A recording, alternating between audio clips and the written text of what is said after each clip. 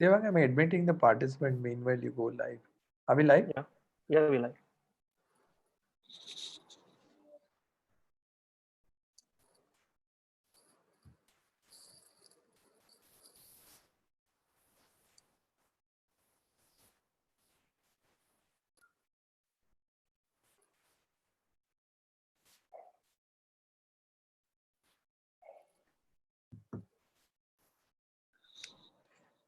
Okay. Thank you, everybody.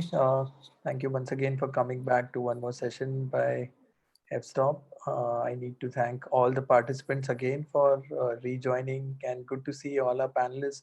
Thank you, everybody, for uh, coming again and again. And I need to thank our speaker for the day, Altaf. Thank you once again for joining for yet another exciting talk at F.Stop. Over the past 40 days, F.Stop has hosted over 30 to 35 talks of eminent speakers who've been photographers, cinematographers, and also some eminent filmmakers. And we've been lucky that they have come here and openly shared their journeys and inspired a lot of us.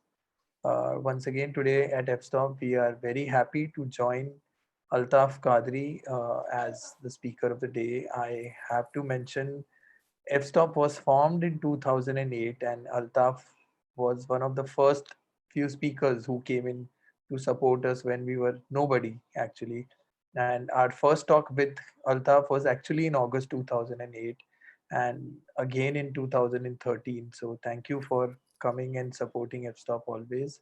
Yeah, Before I move ahead to introduce our speaker for the day, I would want to introduce F.Stop, which is an association started by Devang Modi and Arshid Parikh and myself in 2008. And we've been striving to promote photography in India by inviting eminent speakers like Altaf and the other panelists to interact with young photographers. Devang, if you could have the video of that stuff. yeah.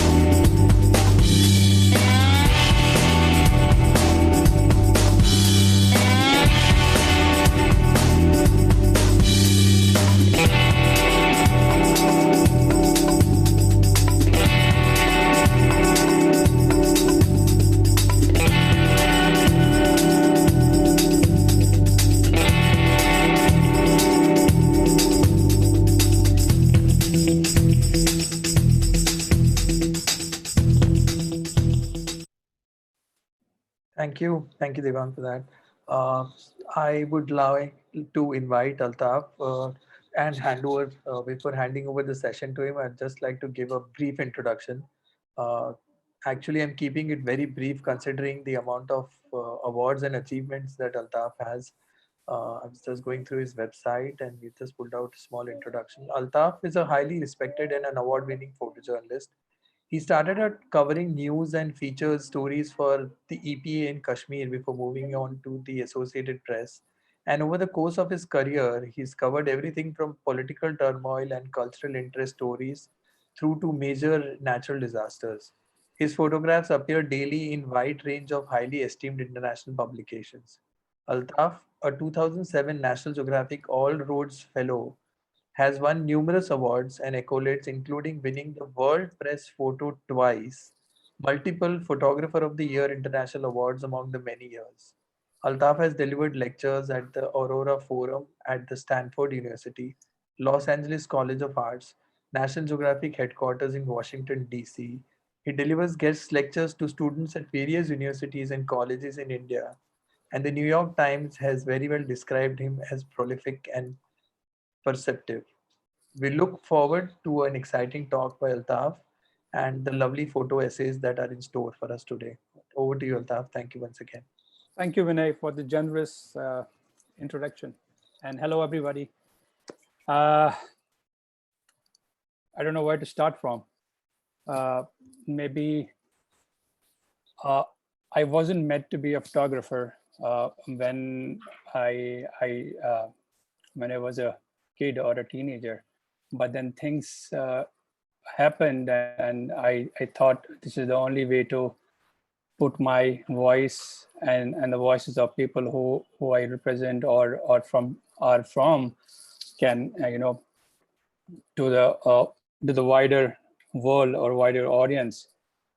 Uh, I'm sure many of you have heard this before as well. That how I started.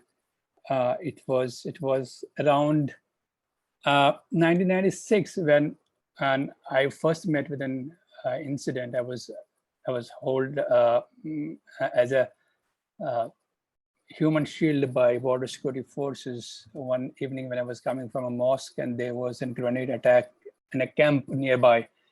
So, but luckily, after 4 hours detention under gunpoint, they let me go at around 9:30 when my uncle came came to my rescue.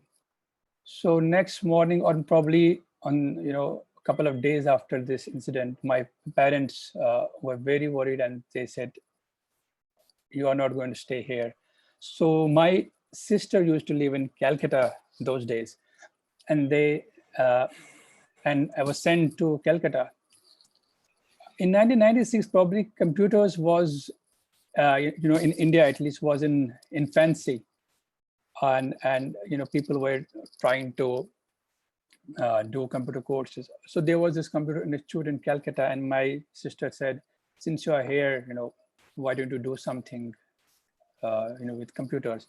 So I joined a 6-month course in Calcutta, and after a year, when I got back, um, you know, I I apart from regular studies, I used to uh, uh, help at a computer institute in Srinagar during the day, and at night I joined an Urdu newspaper as a DTP operator, and this newspaper, Srinagar Times, was the first newspaper who had brought Urdu calligraphy software to Kashmir.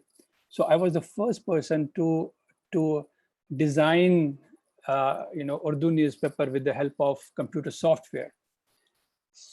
Since the incident when I was held as a at a gunpoint as a human shield, at that time, I kept thinking, what if I had a camera? I would record this and show to the world what is happening.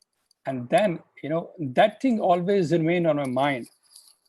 And when I was working as a DTP operator, and I had, I see journalists, photojournalists coming in with pictures and all that, I was very fascinated. And at the same time, I was fascinated by the fact that not only, as photojournalists, we get fascinated by the fact that, they go into situations where normal people run away from. So I was like, wow, this is great. This is really, amazing. As a young boy or a young man, it always fascinates you, and the adventurous lifestyle. And also at the same time, it to some extent saved you from the torture or ill treatment from the security people. So if you are a journalist, you are very less prone to be attacked or hurt by or detained or arrested by security forces. So you thought, wow, you can save yourself. And I was like, wow, if I am a photojournalist or a journalist, I can I can do a lot of things. I can save myself.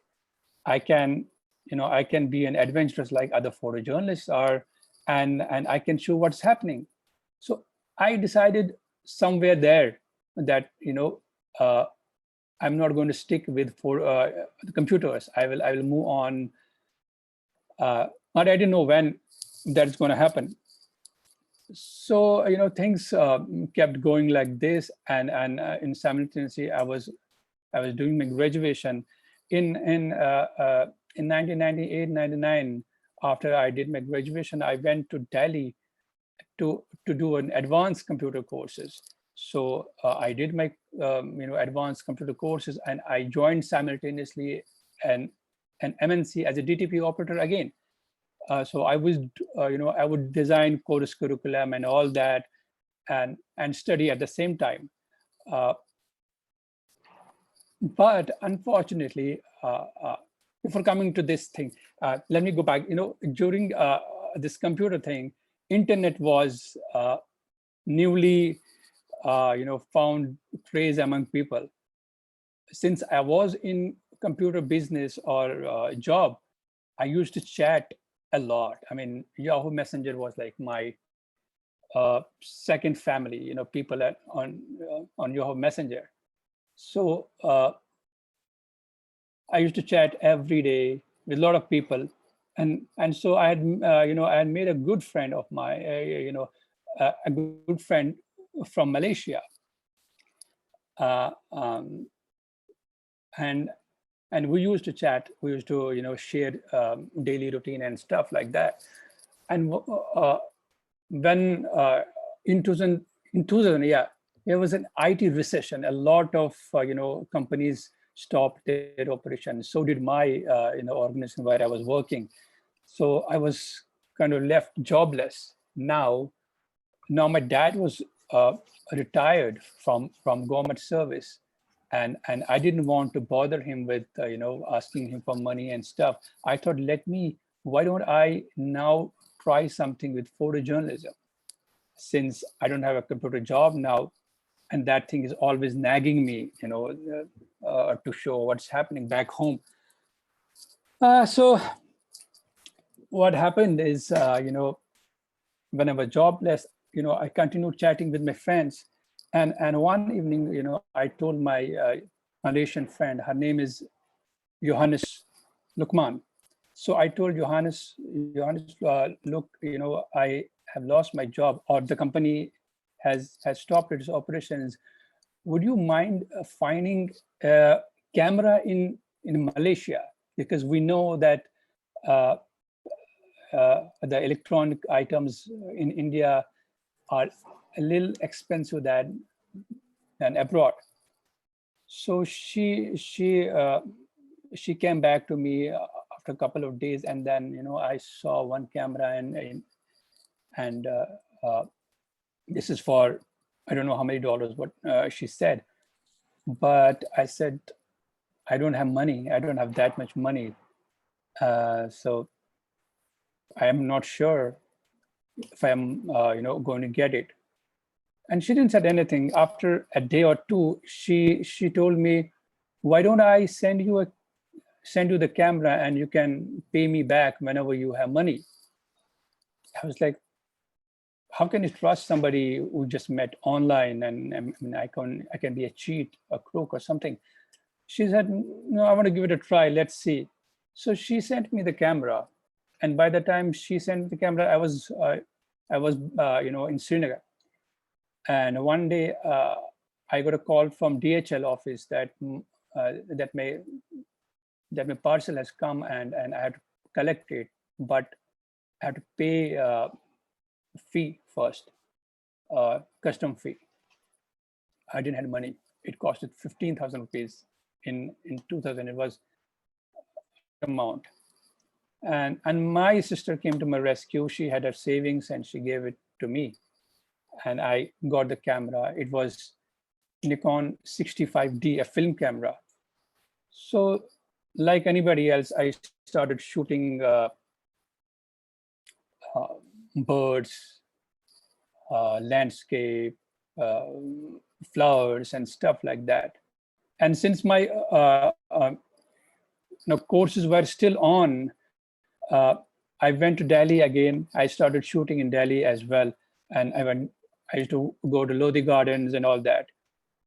In those days, I used to stay in Govindpuri, and one evening, uh, I heard a lot of fire brigade sirens. It was around 8 in the evening, and it was getting bigger and bigger. I thought something is really wrong and something big. So I decided to see what's happening.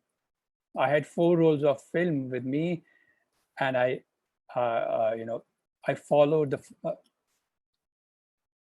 a fire truck, and soon I was in this industrial estate, Okhla industrial estate. A chemical factory was on fire. So I started shooting at around 9 until I ran out of rolls at around 5 or 4:30 in the morning. And then I got back to my room, took some rest, and in the at around 9:30, 10, I went to a lab. I developed and processed the film and got the prints made and went straight to Times of India office. And at the reception, I wanted to see photo boss.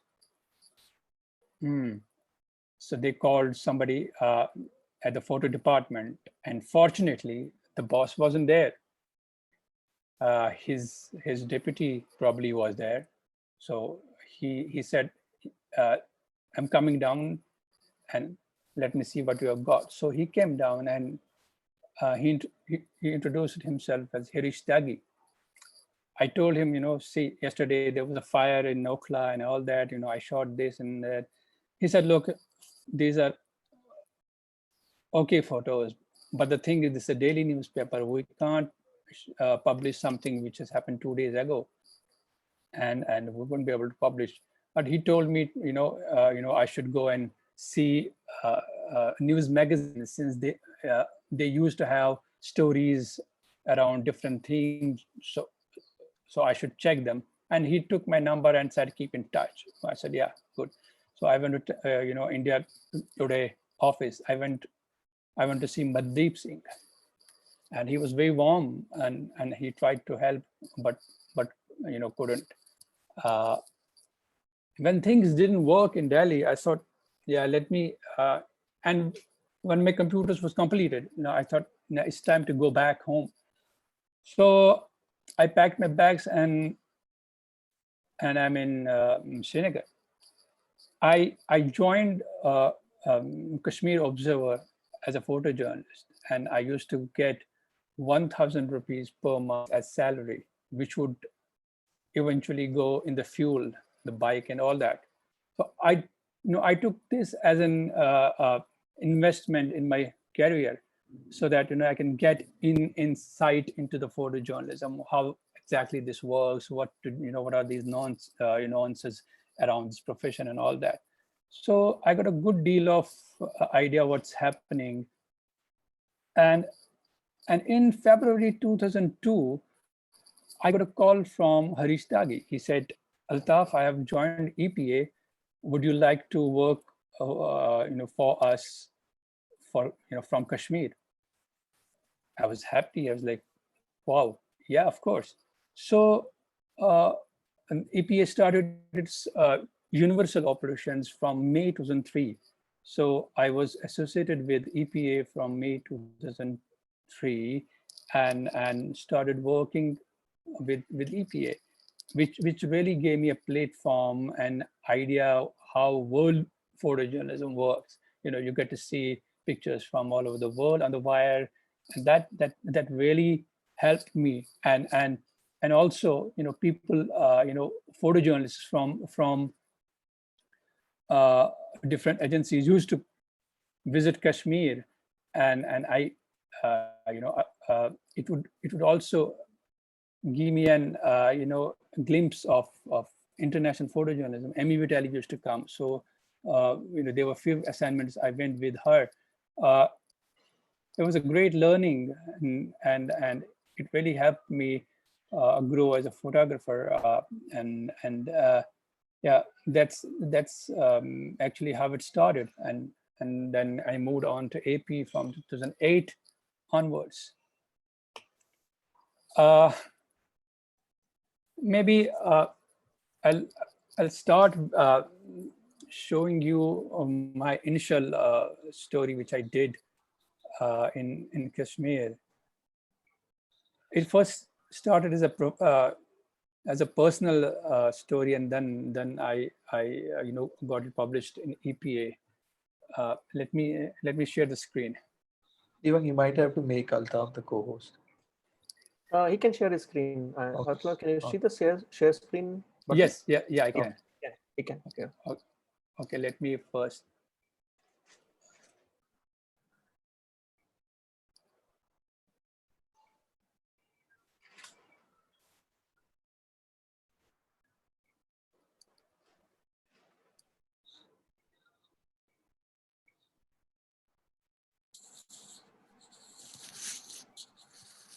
Let me add to share screen.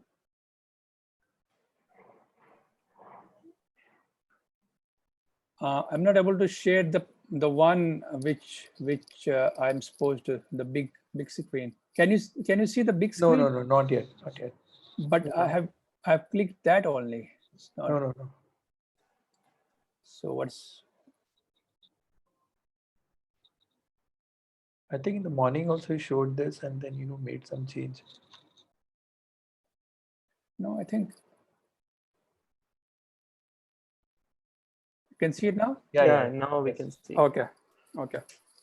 So this is a story about this lady called Mugli, and old lady who has been divorced, and she was living alone in a house in old Srinagar, and I met her during one of the protests.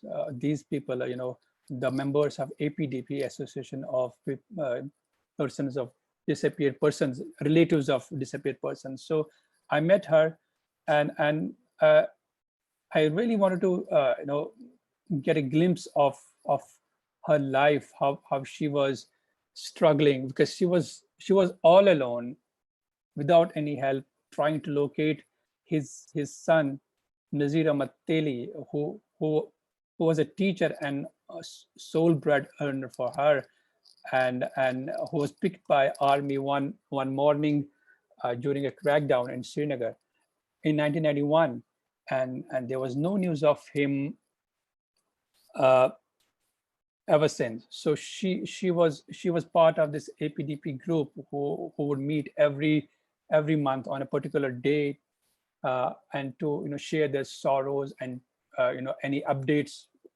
from their relatives who are missing, or any updates, clues from authorities, whether they can get to know where their loved ones are.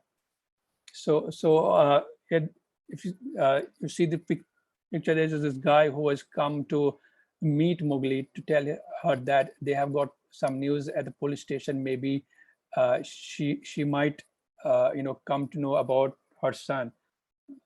This is her house where she used to live. Is one evening she's praying, and this is when she was on her way to this police station to check on on that news. So she was very warm, and she never asked me to stop visiting her, or bothering her, and I would tell her if my presence was bothering her. She would say, no, you are just like my son. I mean, and that was like very emotional, uh, looking at a woman very old, without any help, trying to find her son. This is due to excessive crying, she had affected her eyesight, and this is when she was visiting a hospital or eye checkup. Is at a shrine in Srinagar she usually goes to. Is the office of APTP where the relatives usually see documentaries around people who have been missing, or any sort of news or similar things which can cheer them up. Here she's very happily watching it at some documentary running on a laptop. This is in a shrine, entering a shrine in Srinagar.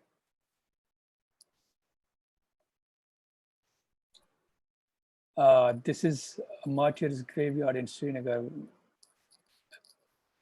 where many homeless, nameless people have been buried. So people don't really know if the allowed ones have been already killed or buried somewhere. They don't know.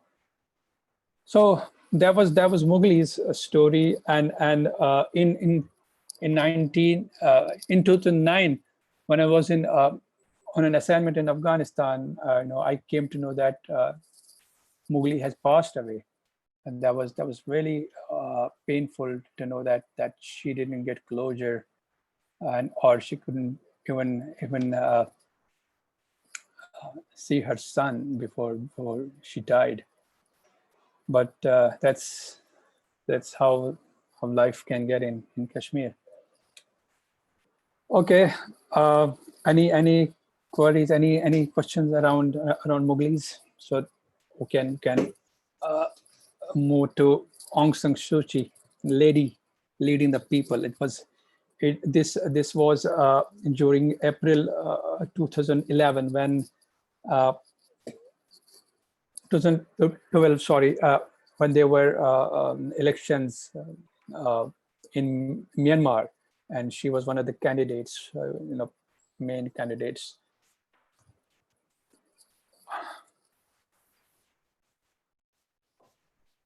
This is Aung San Suu Kyi and her dad, General Suu Kyi.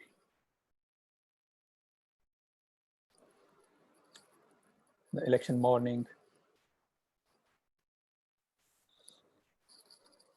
She had such a fan following that you would see almost every item had a picture of her, from lockets to T-shirts to watches, you name it, you had her photo on it.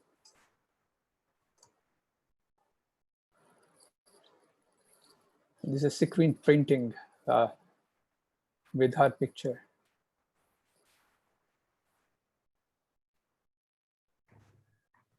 This is when she was supposed to visit her constituency, where she was supposed to vote next morning. So people had queued up. There was a huge rush of people who were waiting to get a glimpse of her.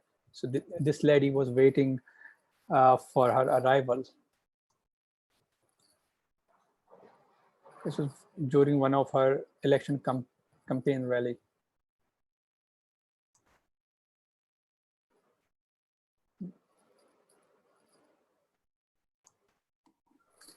This is when the results were declared in Yangon.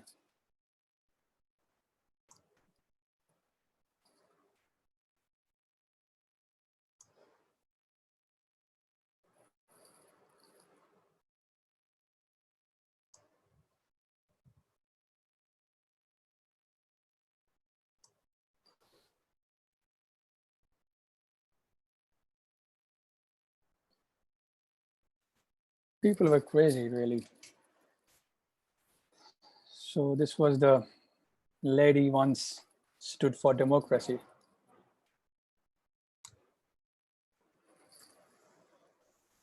Okay, and when I shifted from Amritsar, I joined actually AP for Amritsar. In Amritsar bureau, I joined Amritsar bureau for AP, and then in 2012 I shifted to Delhi, and this story is one of the first stories I found in Delhi, school for the unfortunate or less fortunate actually. So one morning in 2012, as a wire photographer, you were supposed to shoot almost daily, daily life, some ordinary mundane stuffs, like apart from news, of course. So I was looking for some daily life stuff, around uh, Yamuna Bridge metro station, and I was driving through this uh, to this area, and I suddenly found few kids with school bags and waiting for something. I stopped my car and I got off and and asked them, "What are you doing here?" And they said, "We're waiting for school to start." I said, "Which school?" And they pointed towards this spot where there was nothing. It was all trash, and except for one thing which caught my eye was a blackboard which was painted on the wall. So the school was under the metro bridge, and um, I told them who teaches them, and they said, "Sir aate hain," and he teaches us. So I thought, let me wait for the sir. So I went around and came back after half an hour, and by the time sir had come, his name was Rajesh Kumar Sharma.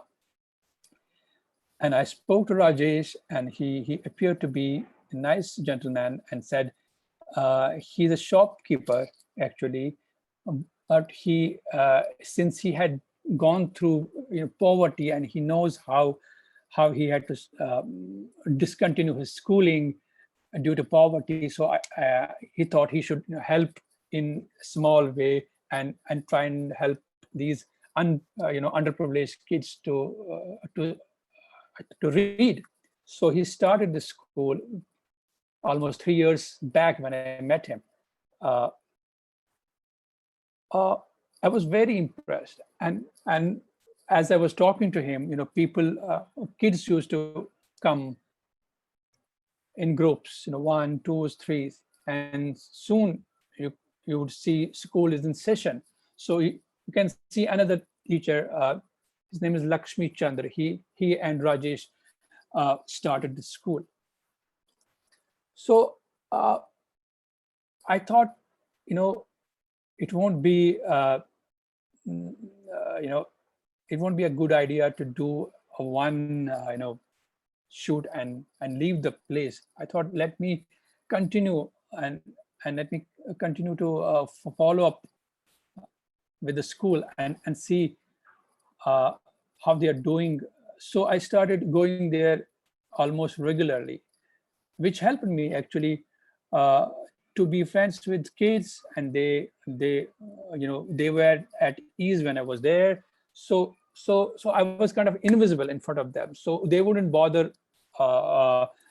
wouldn't bother me, or they were not bothered uh, by my presence there. So it was really nice to see the dedication and uh, uh, the at how these kids wanted to learn. uh, they were not bothered by my presence. They were usually what happens with kids is they get easily distracted, but these guys were like, they had full focus on what the teacher was teaching and stuff like that. So really you could see how focused they are.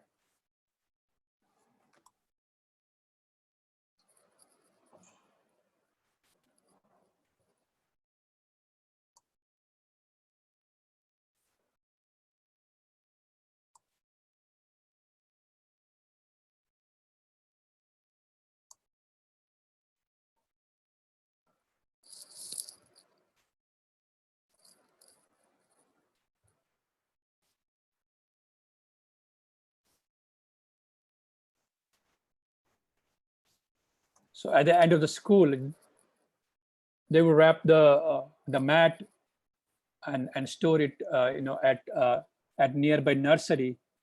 And in the morning again, they would come with a mat and unroll it and start school again. So this is the end of the school. These are the notice painted on the wall. So when this story was published, the good thing about uh, um, big news agencies or newspapers is that the reach is very far. So when this story was published, I got emails, phone calls from a lot of people. They wanted to help. There were people who actually wanted to build a school for them, but since there's no land available, you can't build anything under a metro bridge. So those things couldn't happen.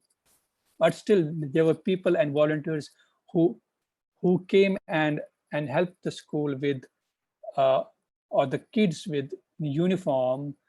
If you can see, new foam is has been donated by someone, and now there wasn't much dust they were sitting on. So they got new mats, new school uniform, new bags, new shoes, new socks, and look at this boy. He was so happy getting his new shoe and socks.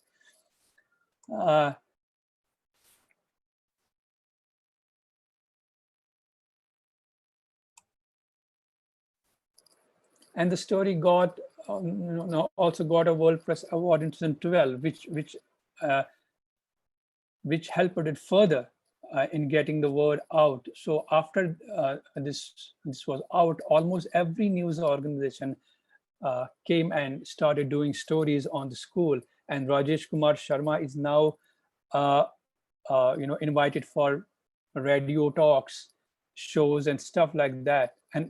And there are volunteers who come every morning to teach the kids. There are 2 sessions now which happen every day, in morning session and evening session, 2 shifts. And they got drinking water, they got enclosure for as a funeral. This was still not nothing great, but then after the World Press thing, they when I went back after some time, this is how the school looks now. They're all painted, it's all cleaned up, and kids with proper uniform.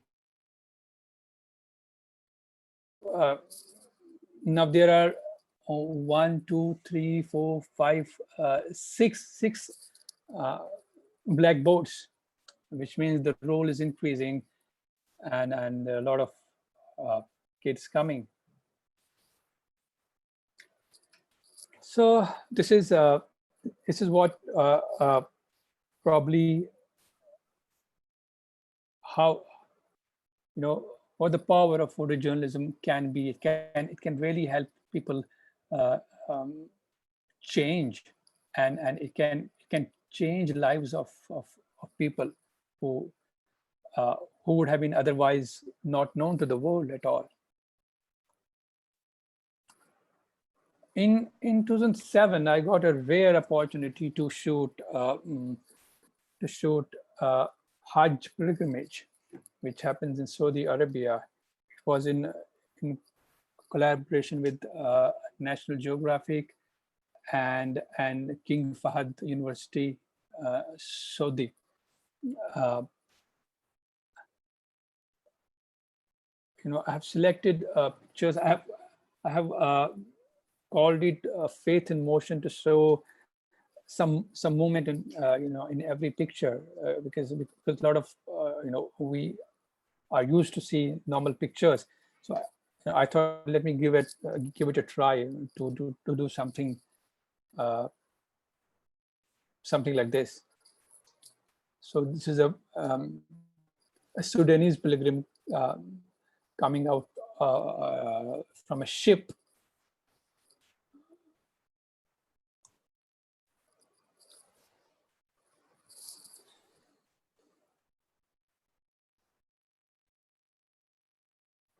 It's outside Grand Mosque.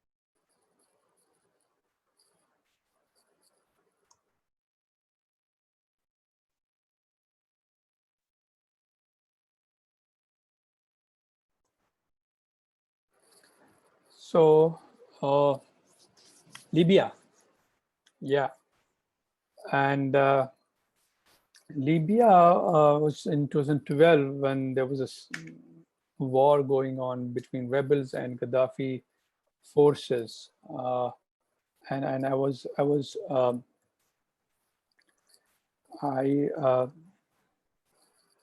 I went in March 2012 to cover the Libya war from Egypt. We crossed into Libya without a visa because there was no, if you had to apply for visa, you wouldn't be allowed in the rebel territory, which was a territory controlled by rebels. So we had to go without visa.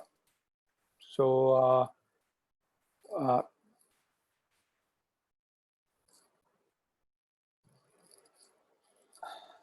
Altaf, I'm sorry to interrupt you here.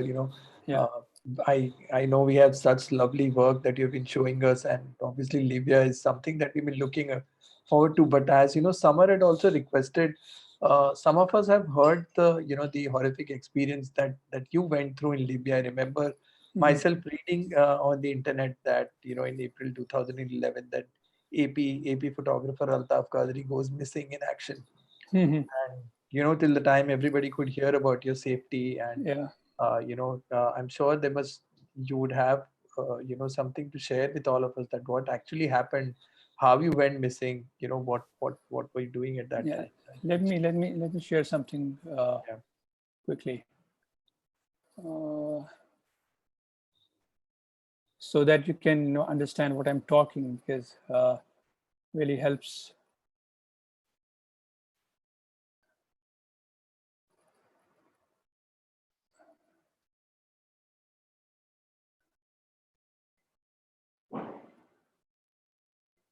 Okay.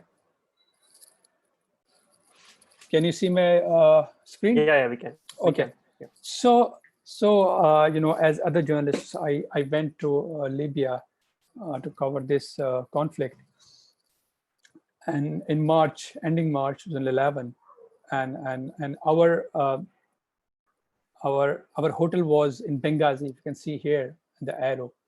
Uh, Benghazi was under the control of rebels up to Ajdabia. This up to Ajdabia, to some extent, it was under control of rebels. And from Al Brega onwards, it was under the control of the government forces, Gaddafi forces. So what we used to do was every morning we used to drive down from Benghazi to Ajdabia, and the front line used to move back and forth from Ajdabia to Brega. So we would shoot around here and go back at night. So on 10th April, we left, as usual, in two cars. I was alone in a car, and my other colleagues were in another car.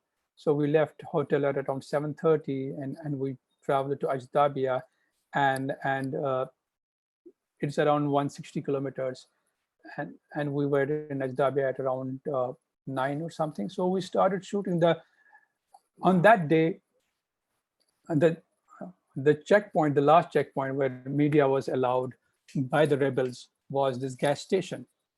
So all the media was here, and you can see this is the Google screenshot. The checkpoint was here, and we were shooting there. I mean, nothing much was happening. So what happened? I saw rebels would go from here onwards. They would load rockets on their pickup trucks and go into the desert and fire the missiles or rocket launchers towards the Gaddafi forces and then come back. When we were witnessing all this, I saw some familiar faces which I had already shot on previous occasions. I thought, let me check with them if they would be okay having me with them, so I can go take a picture of them firing rockets or missiles and then come back. And yeah, it wasn't a big deal. Anybody would do that given a chance.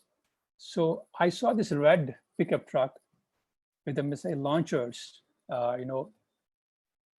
mounted at the back of the truck, and I saw this guy. He recognized me, and since we don't I don't know Arabic, he didn't know English, so I somehow we conversed in sign languages. I told him,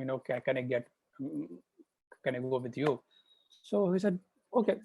So I sat behind the truck, and soon we went into the desert. This is the gas station. So we went roughly 500 meters, maybe around this spot. Can you see the arrow? Yeah. Okay, around this spot, and they fired a few rockets, and to reload, we came back right here, and they loaded again. So we went again here. So next time they shot, we got a counter fire. So we were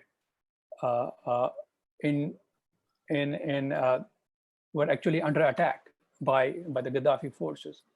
Since these rebels were not trained military, they were normal people.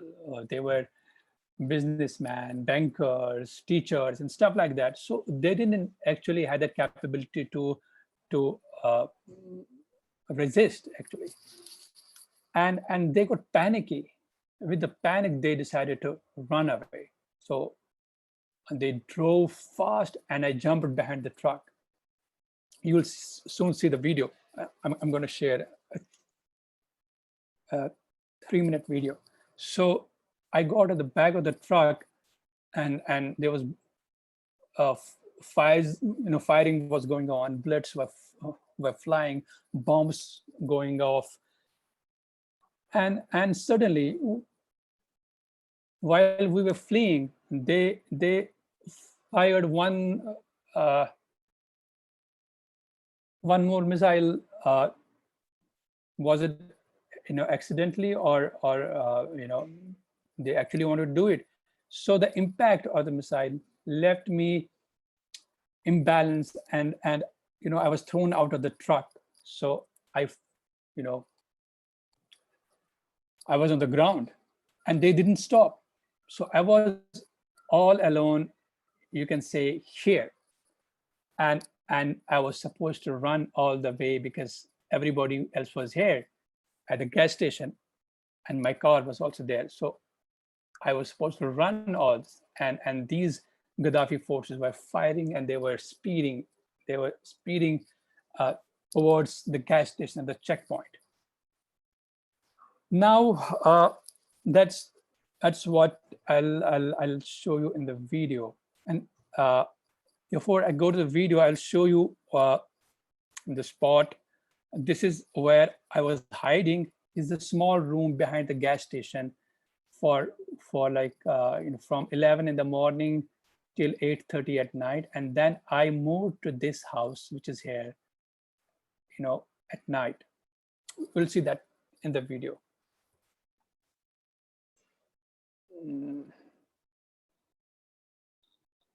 You might have to just recheck that you're keeping your computer sound on while you're sharing the video. Yeah. Just tick mark that one. Yeah.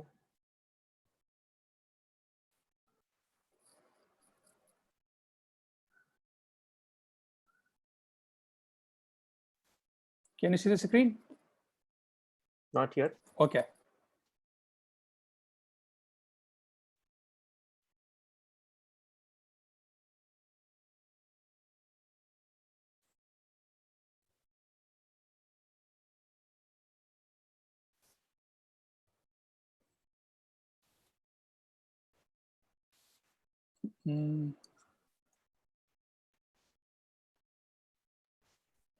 Yeah, we can see now. Yeah.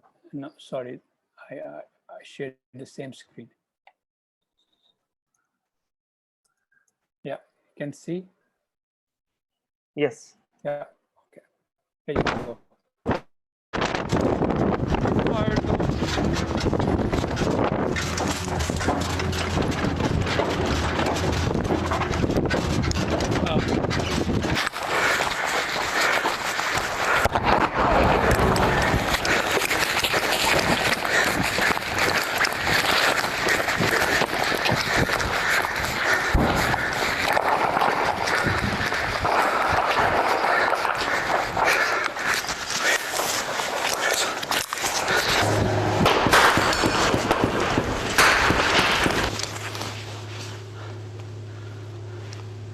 Finally, I find a place to sleep.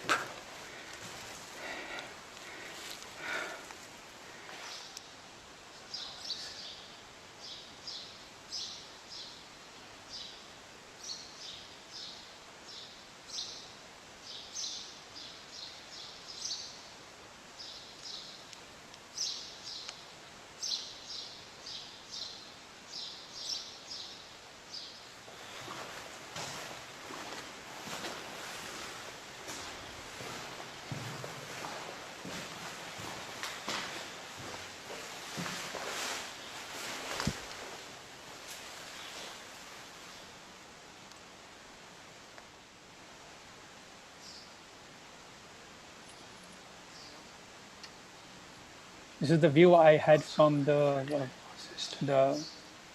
house and the bathroom at that house. This is a mosque near the gas station. So this is the bombing which was done by NATO the next morning, which actually helped me get out of this situation, and this is how rebels got control back of the place.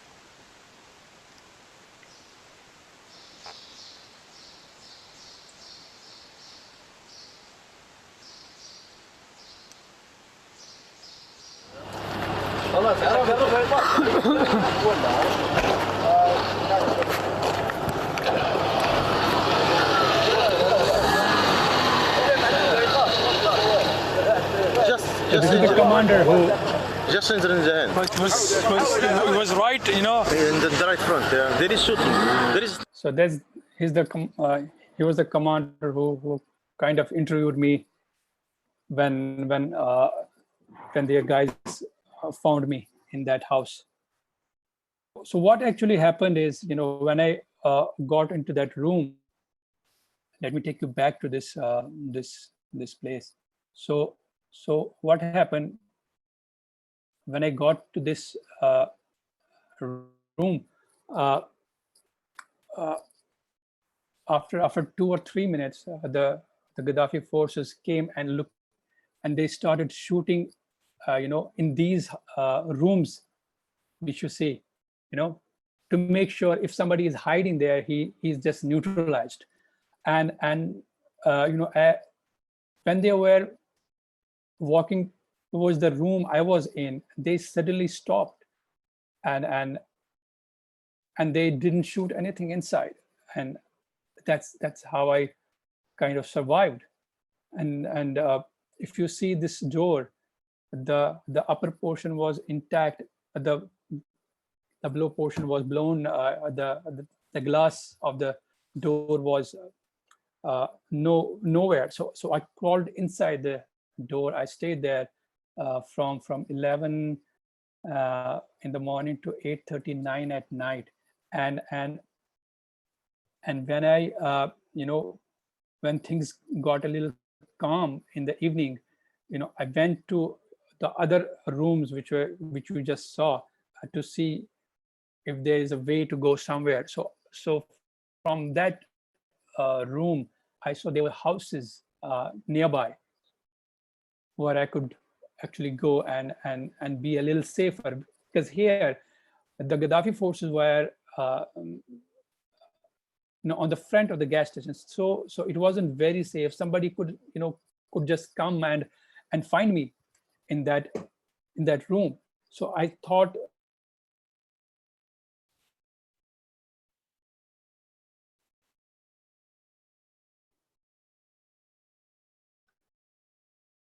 I think we've lost.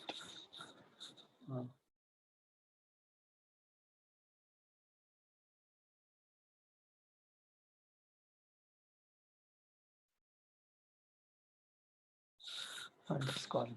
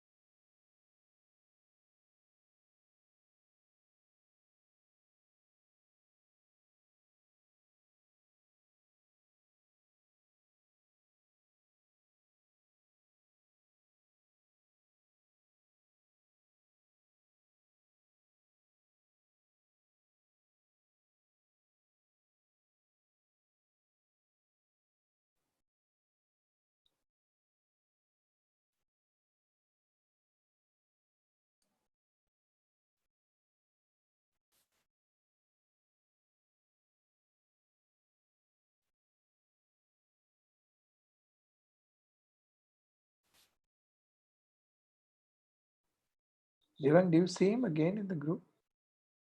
He's not left. He's in fact there, and his screen is showing.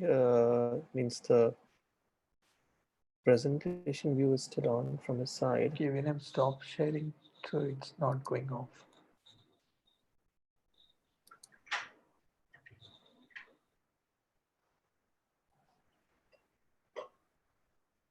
Oh, Devang, no, we he's can see back. his screen, so does this Yeah, he's mean that come he's again. still He's online? just back. He's just back.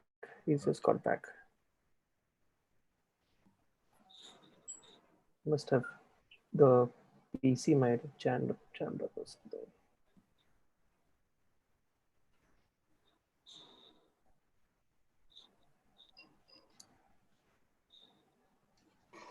Yeah, thankfully, Altaf, you're back from Libya. We thought we lost you there. apologies. Yeah. So should we continue? Where was I when you lost In me? Libya, you were hiding in the room. You're Okay. going towards that house, you said, House, you yeah. saw that house and you were. From the gas station to the house, I Yes. think you mentioned. Yeah. Give me 1 second. Let me bring that video up again. Everybody was on the edge of the seats and you disappeared.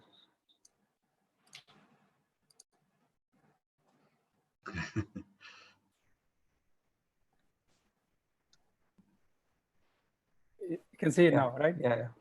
Yeah. So so I saw these houses and decided, yeah, let the night fall, and then I'll just sneak and see if this is So it's far better than staying somewhere near the gas station.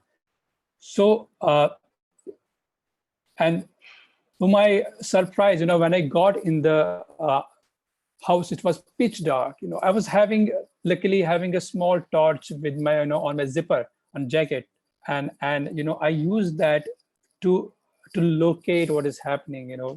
If you can see a small light there, and I found two mattresses, no, one mattress and two pillows.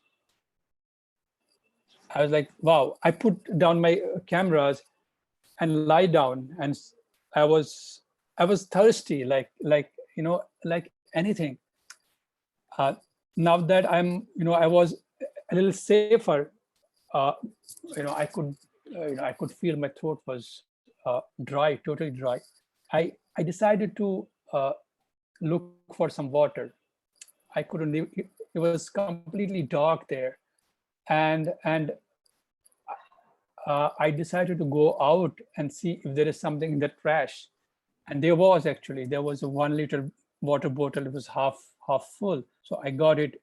I drank some from it, and then I scanned the room with my small torch and found one small Tetra pack of mango juice. There was a straw still inside the can, and I had a sip, and it was very refreshing. I didn't know how old that was, or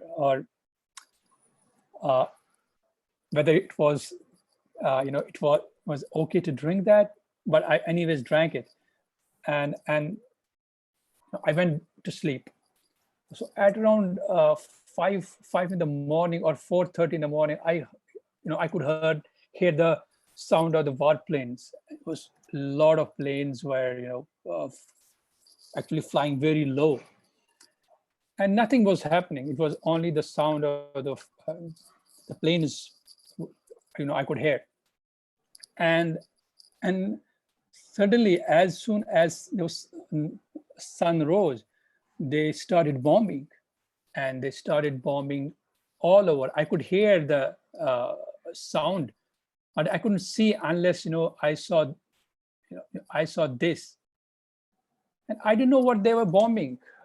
And I presumed they were positions where the Gaddafi forces were. These were bombings by the NATO forces, and throughout the day, I mean, after maybe 2 hours, the bombing stopped.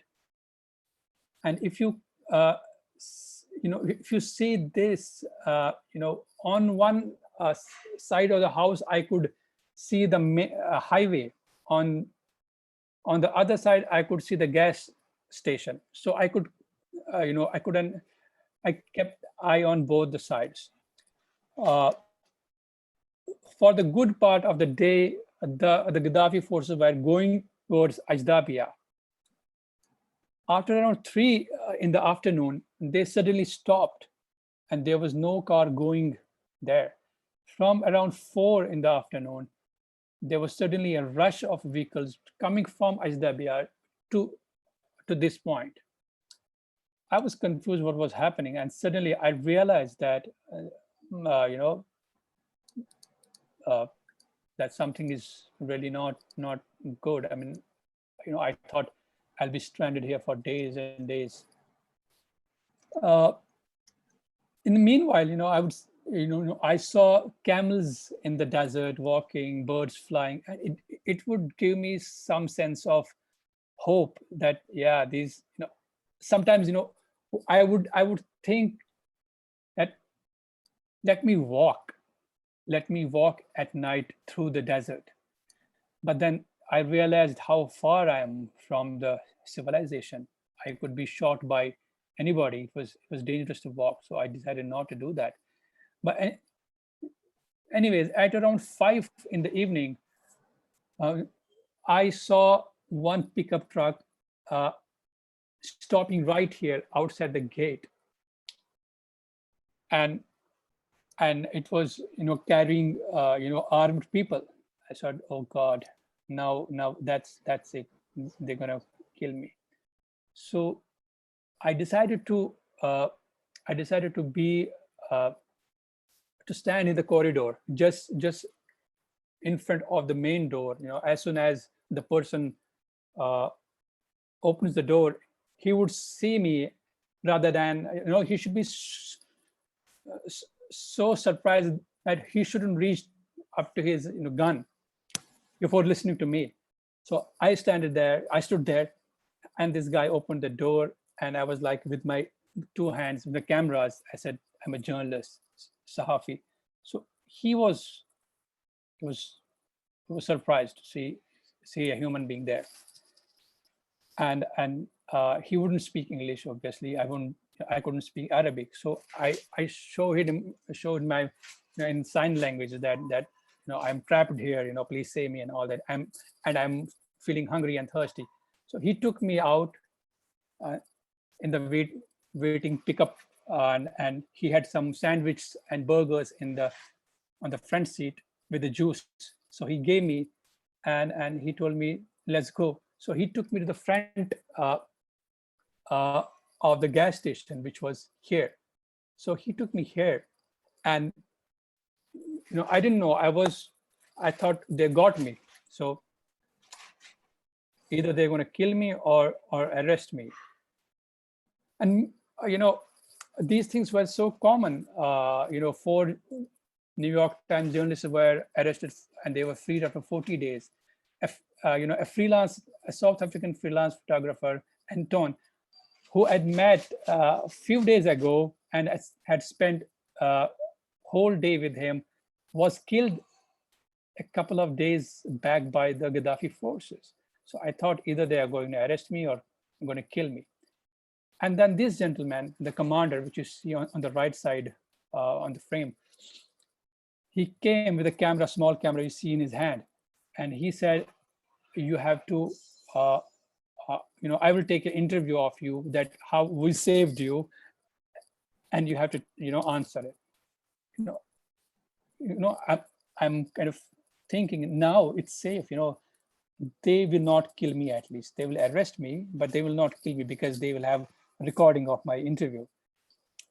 So by the time, I haven't realized who they were. So I told him a little lie, and he said, no, tell me the truth. When were you here, and who are you, and all that. So I told him, I showed my passport and all that. And he said, don't worry, we'll take you back to Benghazi, to the hotel where you are. And then suddenly I saw somebody who I recognized, and he recognized me as well. So he came on and he gave me a hug. And I realized he was a rebel I met, few days ago. And he said, where are you? We have been looking for you, and we thought you're dead. And then I realized they are rebels, and I was happy. I was like, okay, I'm saved now. And then he took my small interview. He was a banker actually, and he was commanding his troops now. And after a while, we got into his SUV and we drove to Benghazi. And on the way, when we're going, I saw tanks on fire, which were belonging to the Gaddafi forces. So I realized that the bombing in the morning was happening to push back the Gaddafi forces from the area. And that's how I survived.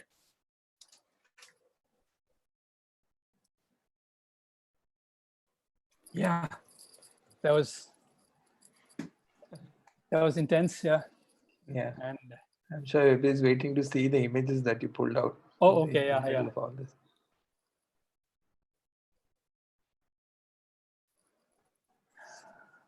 That was intense, and then we lost your connection, so it added to the drama. Yeah.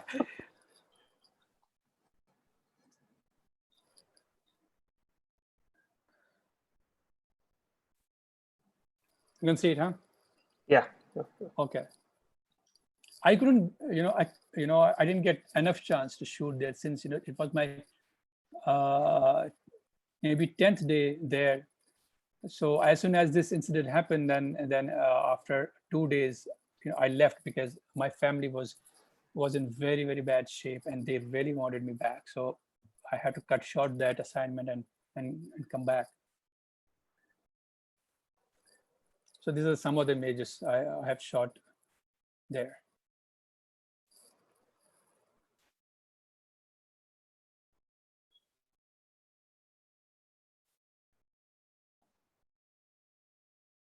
These pictures are from Benghazi, which was already kind of liberated zone.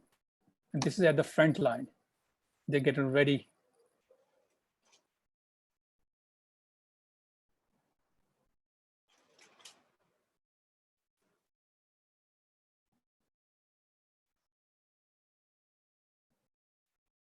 So this is when they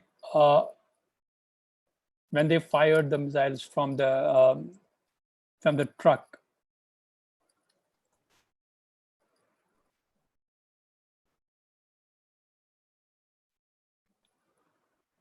This is earlier on the front line when they got a surprise attack from the forces. See how they're running without any discipline or any order. So when you see this, you feel like, what the hell I'm going to do now? You have to run faster than them probably. So this is a body which they had come to fetch, and they couldn't because they got attacked, and I somehow managed to take one picture, and then I also ran away. This is the pickup truck, I was on. See the amount of smoke and it actually disbalances the whole truck, and it would throw anybody off. So I was actually sitting right here when this thing happened. You can see the arrow, right? Mm.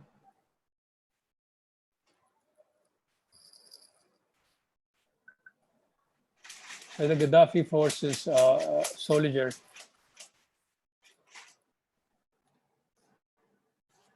So he's captured basically. Yes. Which was, when we were all trolling, kind of trolling around there, and when I decided to go with the rebels. Mm.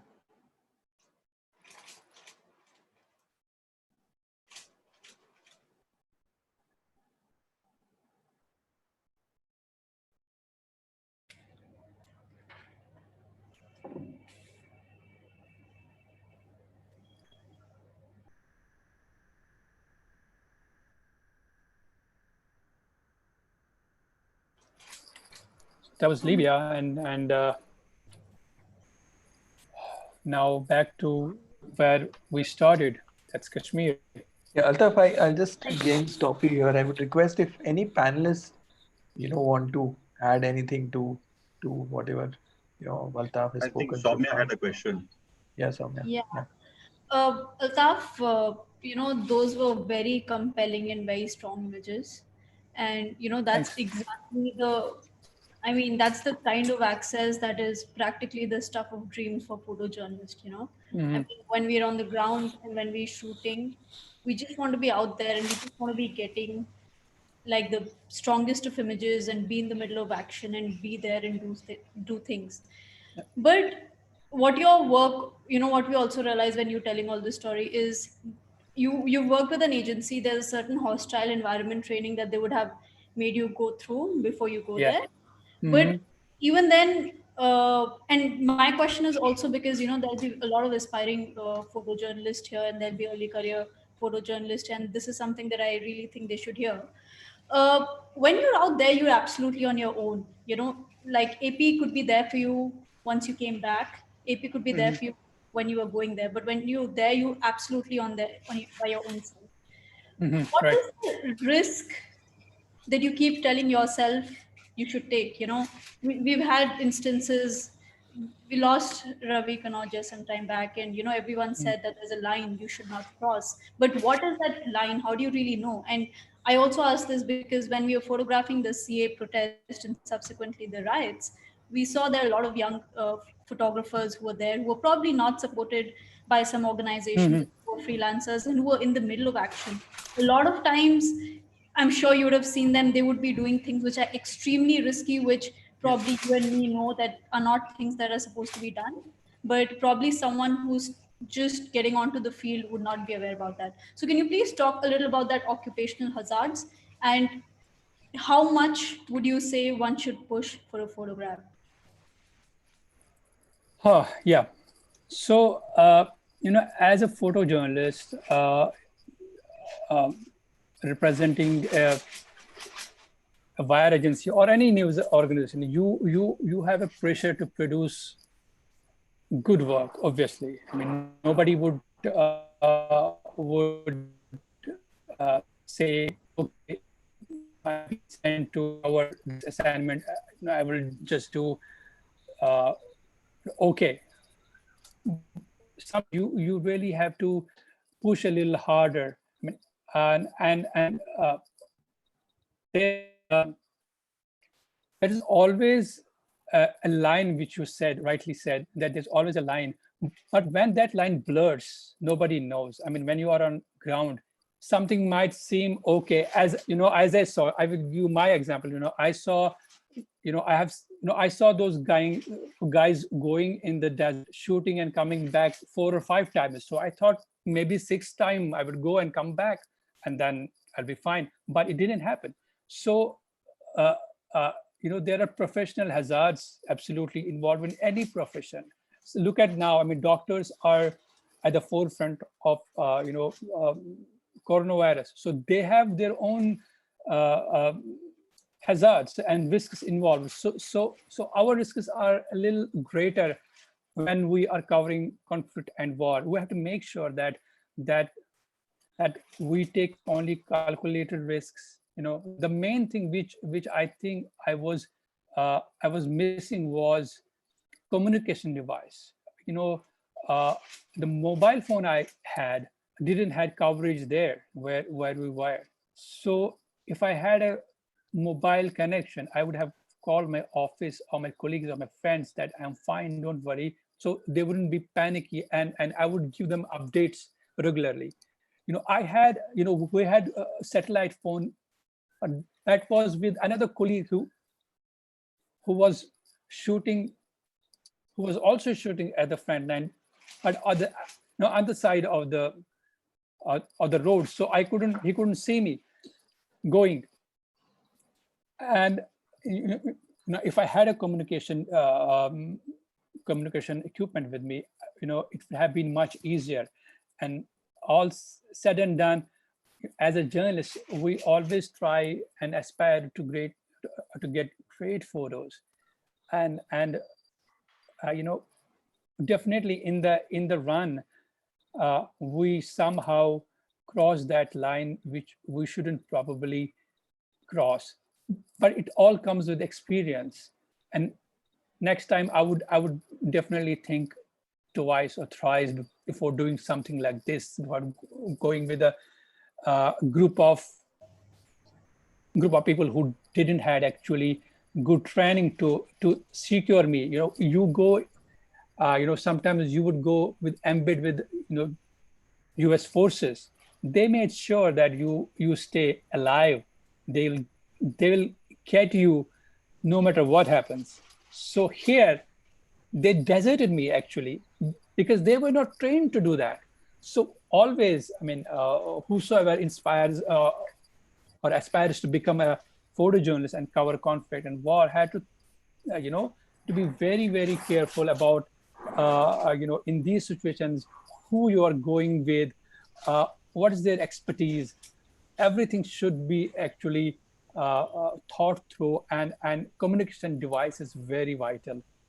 And it didn't, I didn't had it, so I did suffer a bit, but thank God everything, at the end everything was fine, to explain what can happen. Otherwise, people wouldn't know what had happened actually. Altaf, there is just a quick question. I think in the same context, there is a question from one of the participants, Kabir. And he says this might be a little weird, but he's eager to know whether the news agencies force photojournalists to cover such life-threatening events, or do the photojournalists go by choice on assignment when they want to? As far as agencies are concerned, nobody has ever forced anyone to do something which they don't want to do. So it's a two-way street. If they want somebody's help, they would ask, and if you are available and you want to do it, you will say yes, I will go.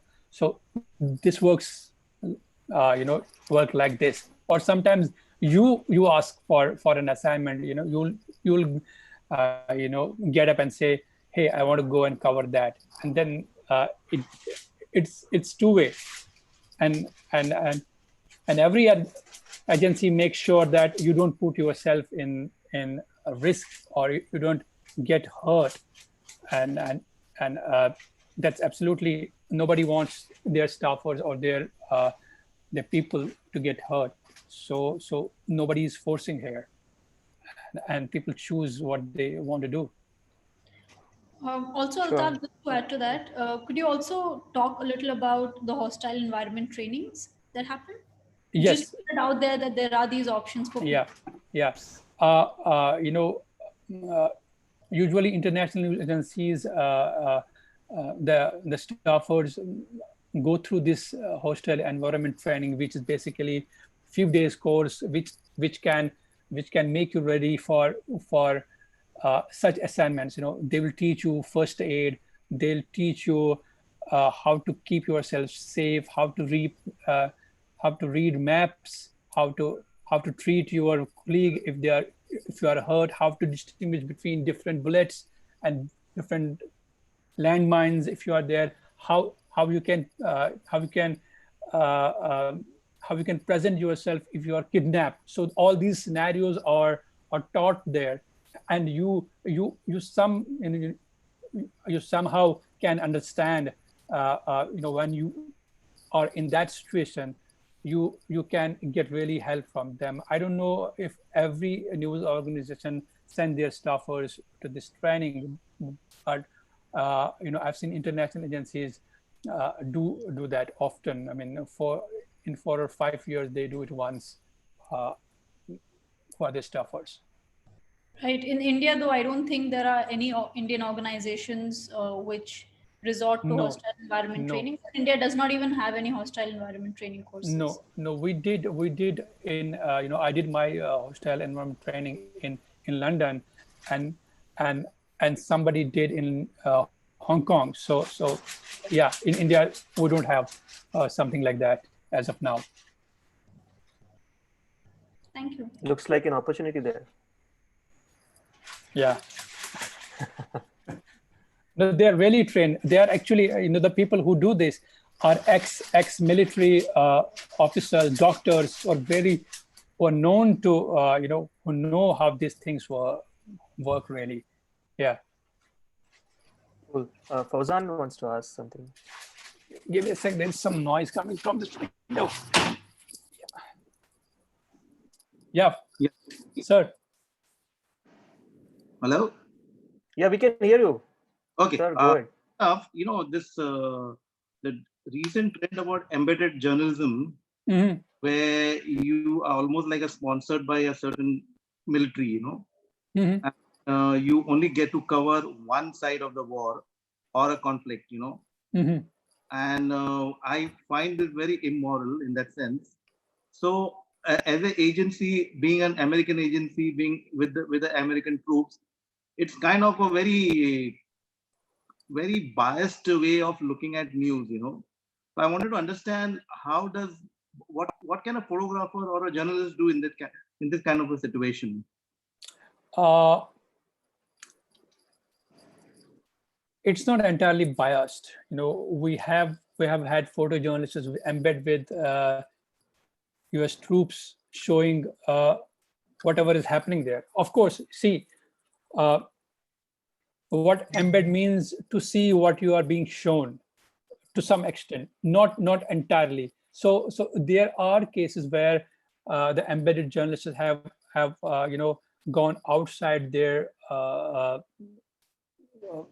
outside the command they were under, and have shot something which has annoyed actually the the army which were hosting them.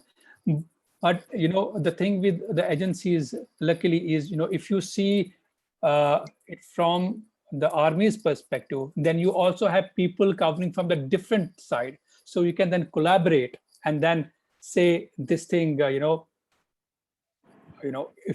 if you have shot in Afghanistan, say in Marja or in Kandahar, shot in Kandahar with the army, and then there is stringer or a staffer which is shooting from a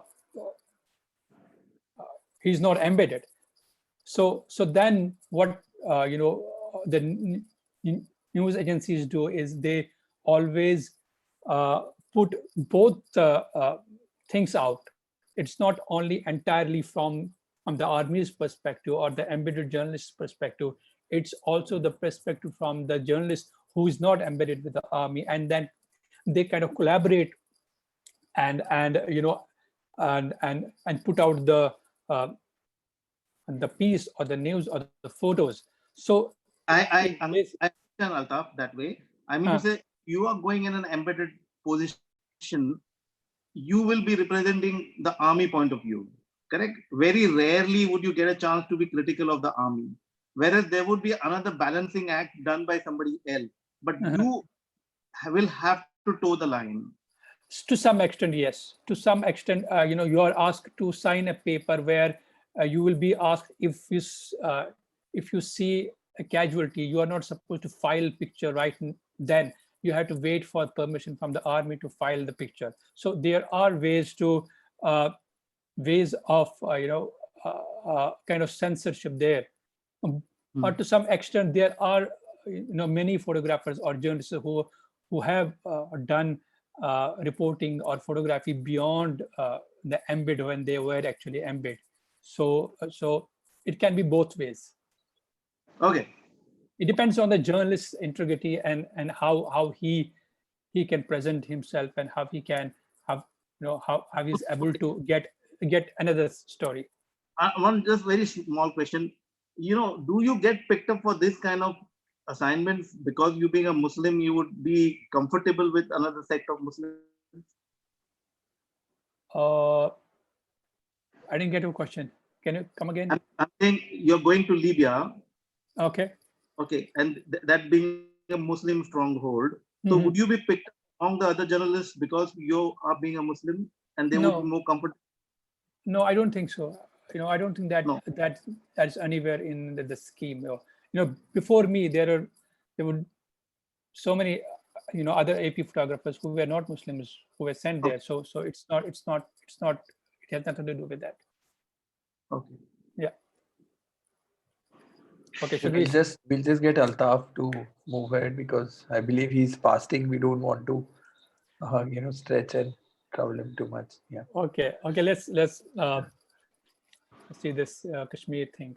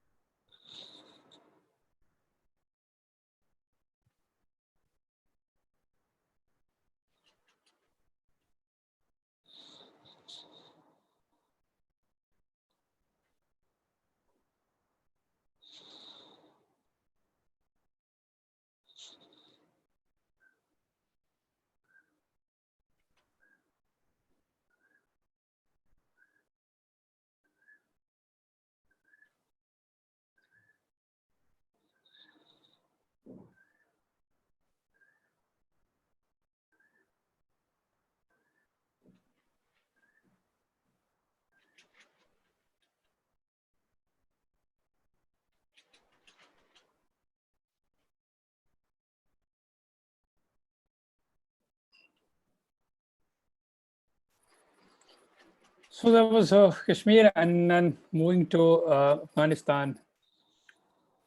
These are the pictures taken in 2009 at this bombed out Russian cultural center in Kabul, where dozens and dozens of drug addicts just come and do drugs.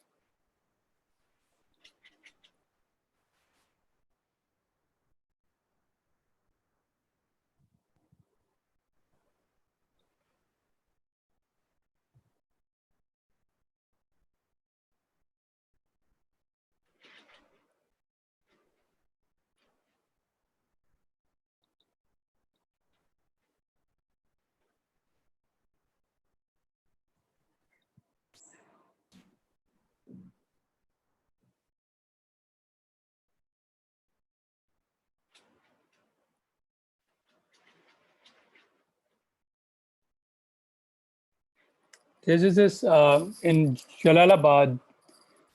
They have this place where they chain actually people with mental disorders and some drug addicts for 40 days, and they believe that this can treat them. So this picture and this one is from that same place.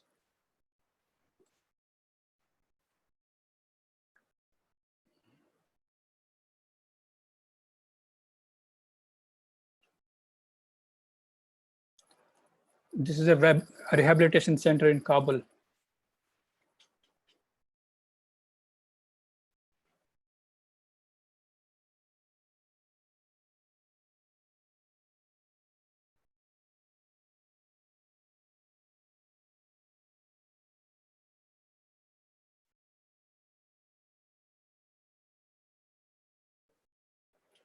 So every week, if somebody has a family, they come and visit the person in the rehabilitation center. So he's meeting his family. So this is daily life.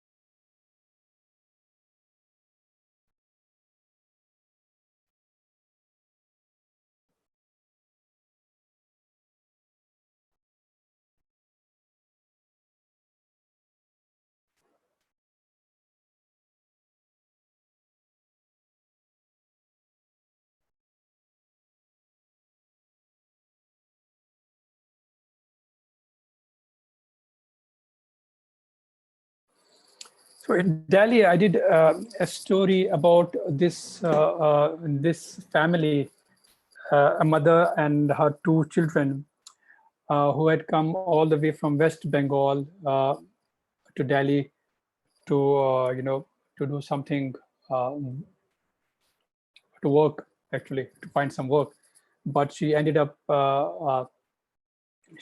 being a rag picker, and this is a photo essay to show what how she struggled, and she finally, when she failed to make some decent living, she decided to go back home.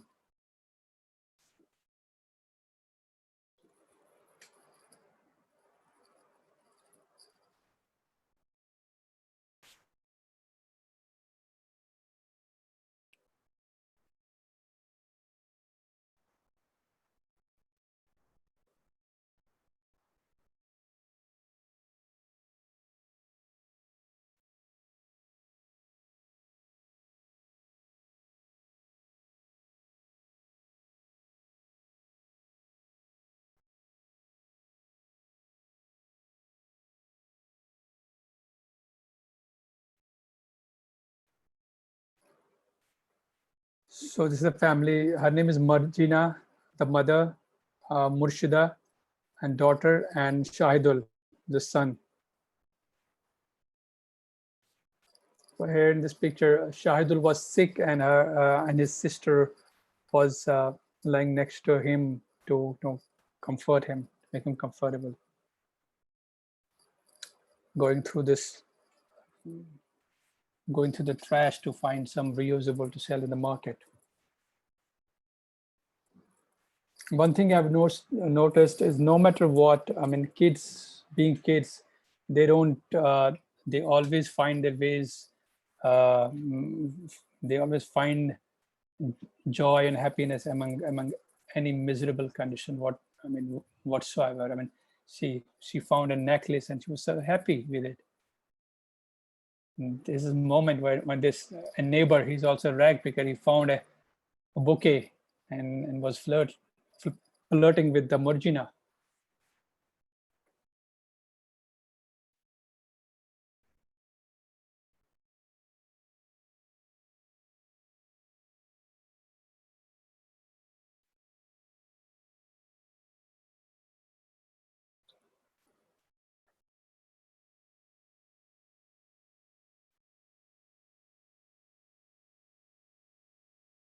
So after a while,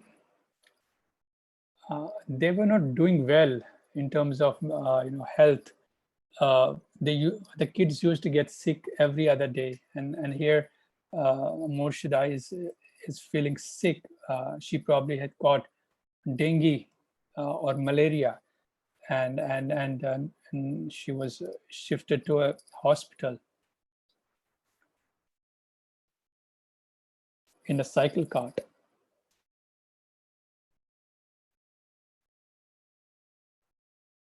That's probably when her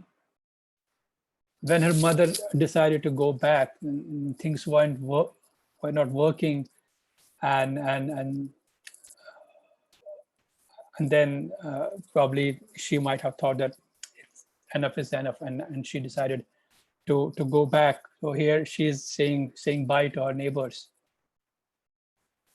Kids being kids, her daughter is wearing nice clothes, putting on some makeup, wearing bangles, because they are going home.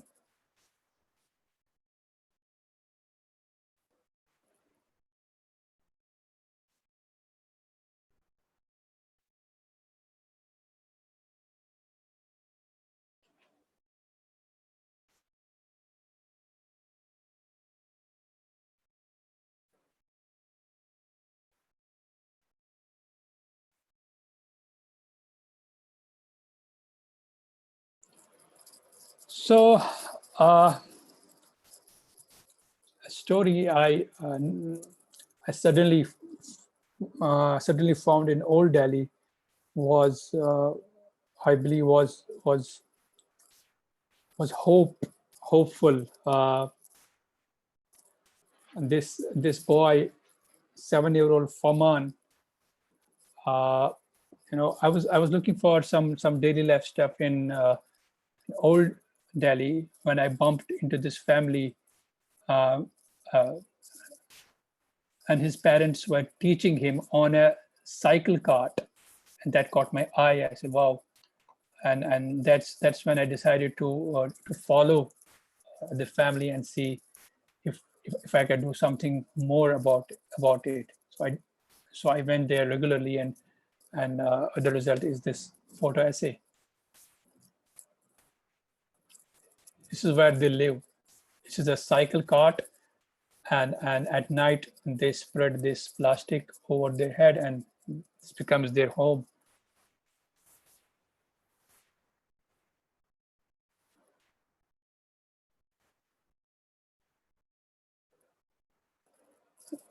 Their father is is a handicap. He can't walk, so he drives the cycle, which is for physically challenged people. Every morning they roll up this plastic.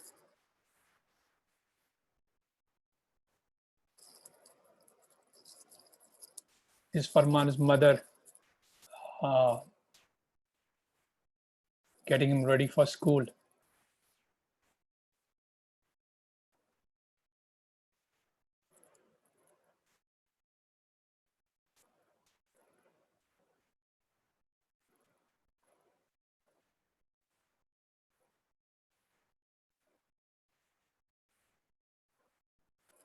After school, he also goes to this center run by an NGO, Salam Balak Trust, which gives them meals and also teaches them. So after school, he comes to this center.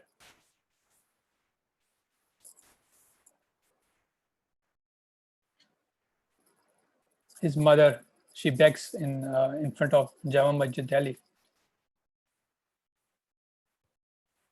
This was the picture actually, which it started all. So I was walking there, and then I saw this, and this is what caught my eye, and decided to do a story.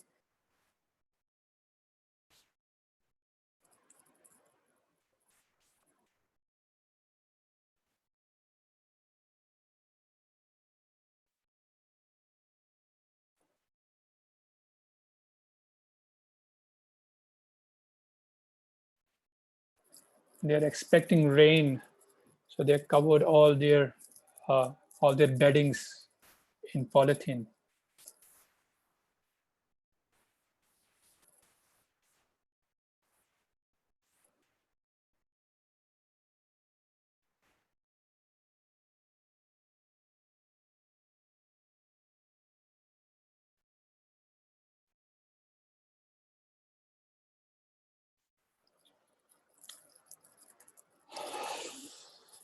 Recently, I was in Afghanistan in December last year for an assignment, and I found this hospital where they treat victims of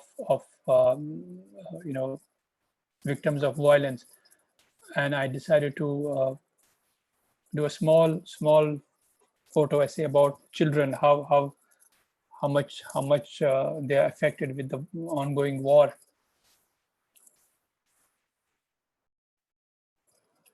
So these kids are all who were injured in bomb blasts, in gunfights, and in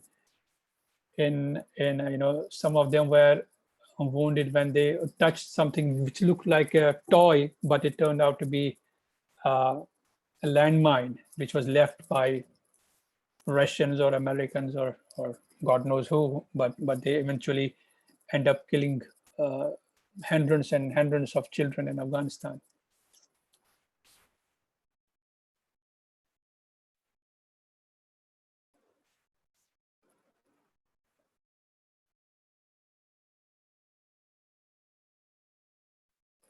His name is Amal. He was playing one day with something, some toy, and it exploded in his hand, and left him badly wounded, lost his eyes, his hand.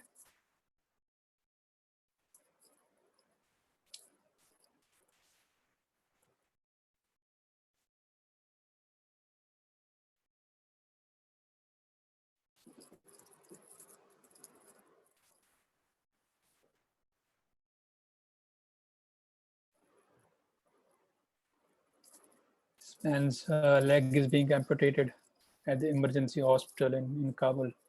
It's run by Italians. So it's really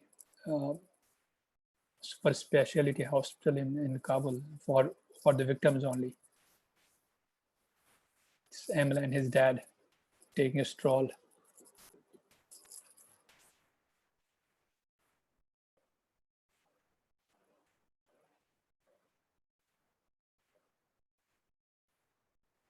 So once a week, the hospital authorities let the families meet the patients. So this was the patient meeting day. This family was meeting their son, whose both legs were amputated because of a landmine blast. This girl was crying because her family left off after seeing her, and she didn't want them to go.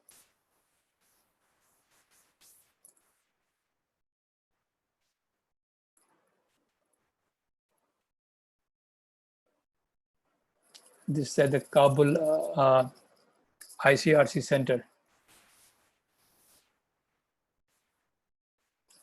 So that's it.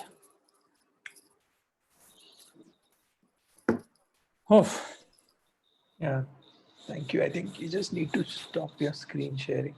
okay. Yeah. Thank you, Altaf. That was Thank you. mind-blowing. I've been reading the comments that have been coming. We salute you, sir. Wonderful set of images, and a lot of comments that have come in. I would like to, before I throw it open to the panelists once again, I would like to ask Mitesh, who is here, who has an important question to ask. Mitesh, if you...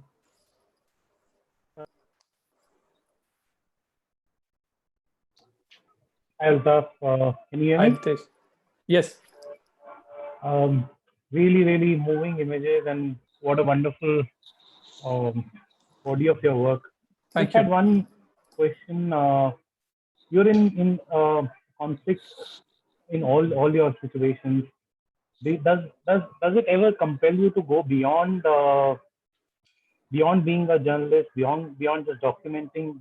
Have you ever acted on the spot and acted and reacted to a certain situation that you might have been required to go beyond beyond as a journalist?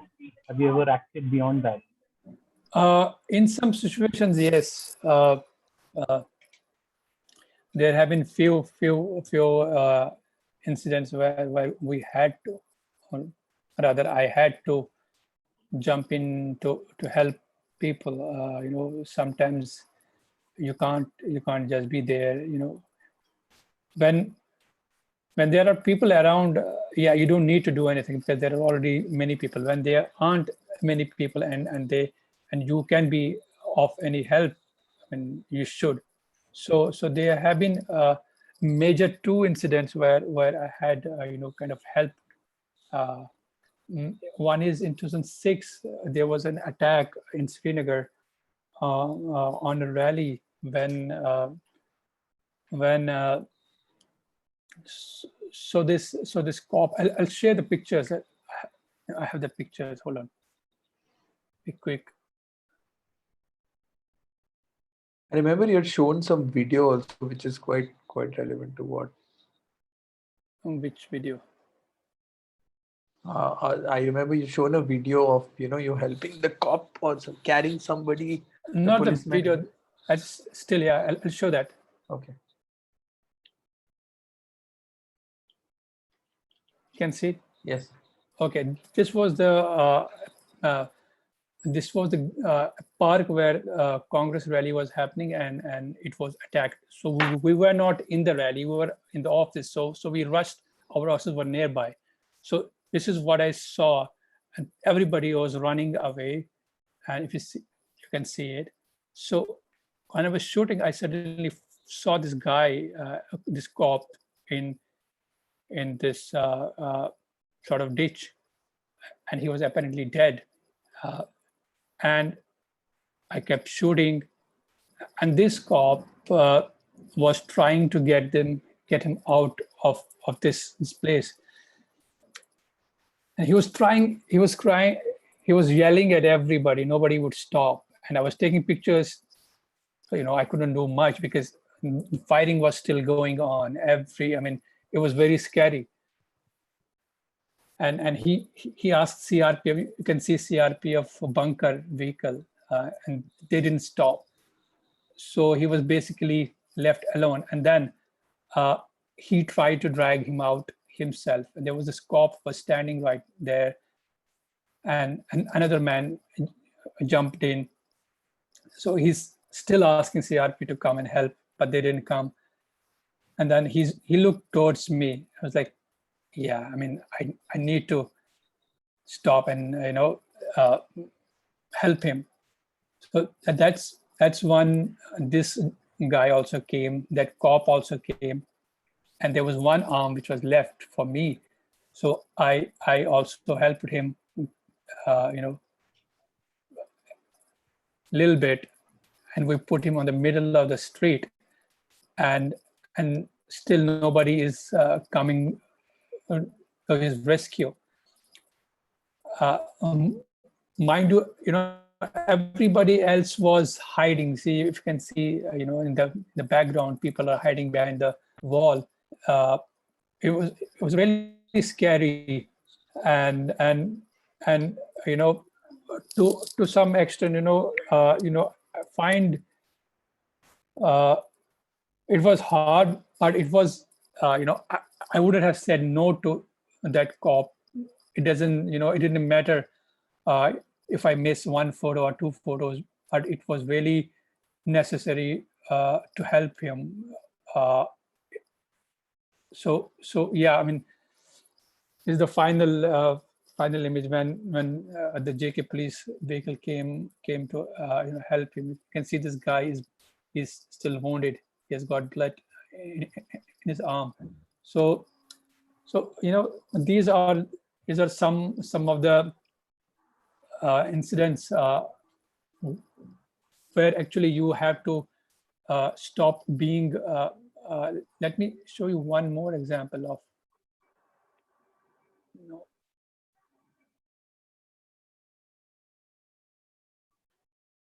This was in Kabul.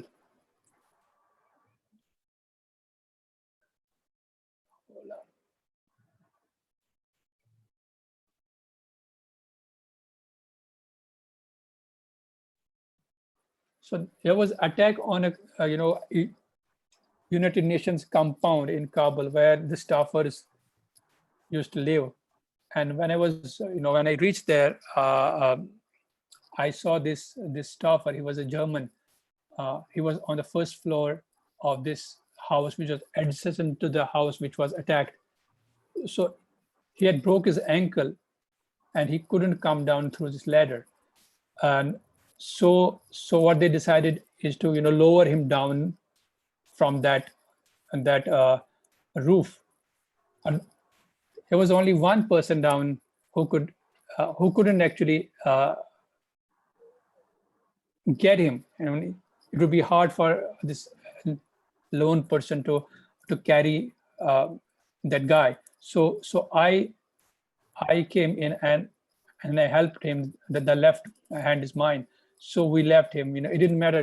I would have got a good picture of of him being lowered, but then I thought, no, I need to help him first, and then I will shoot. And then when he was completely on the ground, and this cop picked him up, and then I started shooting again.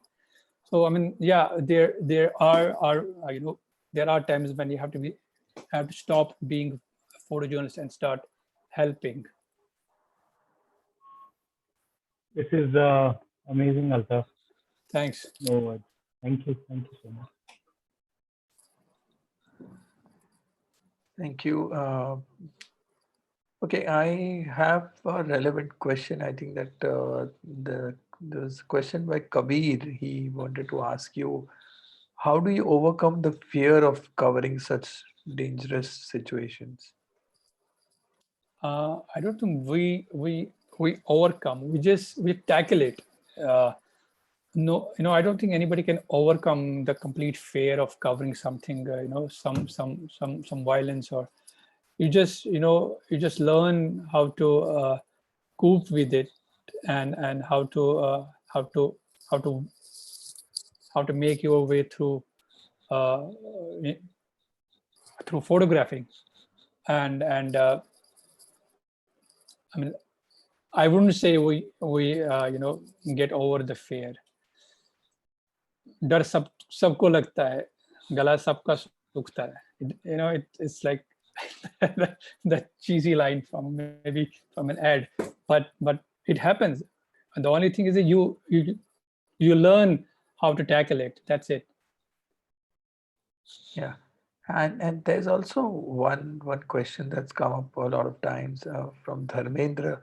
He's asking, when you follow a subject to develop a story, like we've seen in some of your situations, so do you also stay with them, or how does it work, or you keep revisiting them? Have there been incidences where we have actually stayed also with the family, and with your current assignments? What would you do in such a situation if you have to stay there to complete a story for your own? Usually, I haven't stayed with any family who I'm covering, but I keep visiting them, revisiting them again and again. So uh, you know, you don't want to bother a family, by staying with them. What I did with Mowgli and with the Margina. I used to go there, over and over again, build that rapport, make them feel comfortable, and that's how, when they are comfortable with you around, then it's easy for you to take pictures, and yeah, it makes your job easier, and you get those natural emotions in your work when when your friends, or when they know that who you are, what you're doing. So make them feel comfortable. It's not necessary to stay with the family throughout. It depends on situations. From situation to situation, things can change. It's not a hard and fast rule, though. TPN wants to ask, do you think that the pandemic is actually posing opportunities for budding photojournalists? Any situation can be seen as an opportunity if they are treated well, or if you are able to uh, uh, if you are able to uh, make good use of it. But this pandemic, it's also it's a very serious thing. If you get affected, and you have nobody backs you, if you're a freelancer and you start shooting something which can harm you, then your family may suffer if something happens to you. So one should be really careful, doing things which can be harmful. Yeah, features anybody can do, or you can do, but when it comes to hard news or something which is uh, which can hurt you, you should really think if you are a freelancer, and in terms of pandemic becoming opportunity, you can make anything in your favor. You can make uh, any thing which happens, any protest for that matter, can be an opportunity for newcomers. It's how the newcomers use it properly. They have a stage. If they have a stage where they can show pictures, then definitely, if their work stands out, there may be people who might use their pictures. So yes, maybe they can actually make good use of this pandemic. Okay, and I think I'll just take one last question from the participants. Like, is applying photo agency is a good option for budding photographers? He's asking this because nowadays what they pay is much less compared to the efforts that a photojournalist needs to put in, especially in these kind of situations that you're put in. Photo agencies are very choosy when it comes to staffers. They would seldom use a newcomer or a budding photographer. What they do, in some rare cases, is if something happens somewhere where a photographer has been able to take a picture which nobody else has, they might pick that picture. And that's maximum what they can do. But in terms of staffing, number one, not many agencies are hiring at the moment, or have been hiring for the last few years.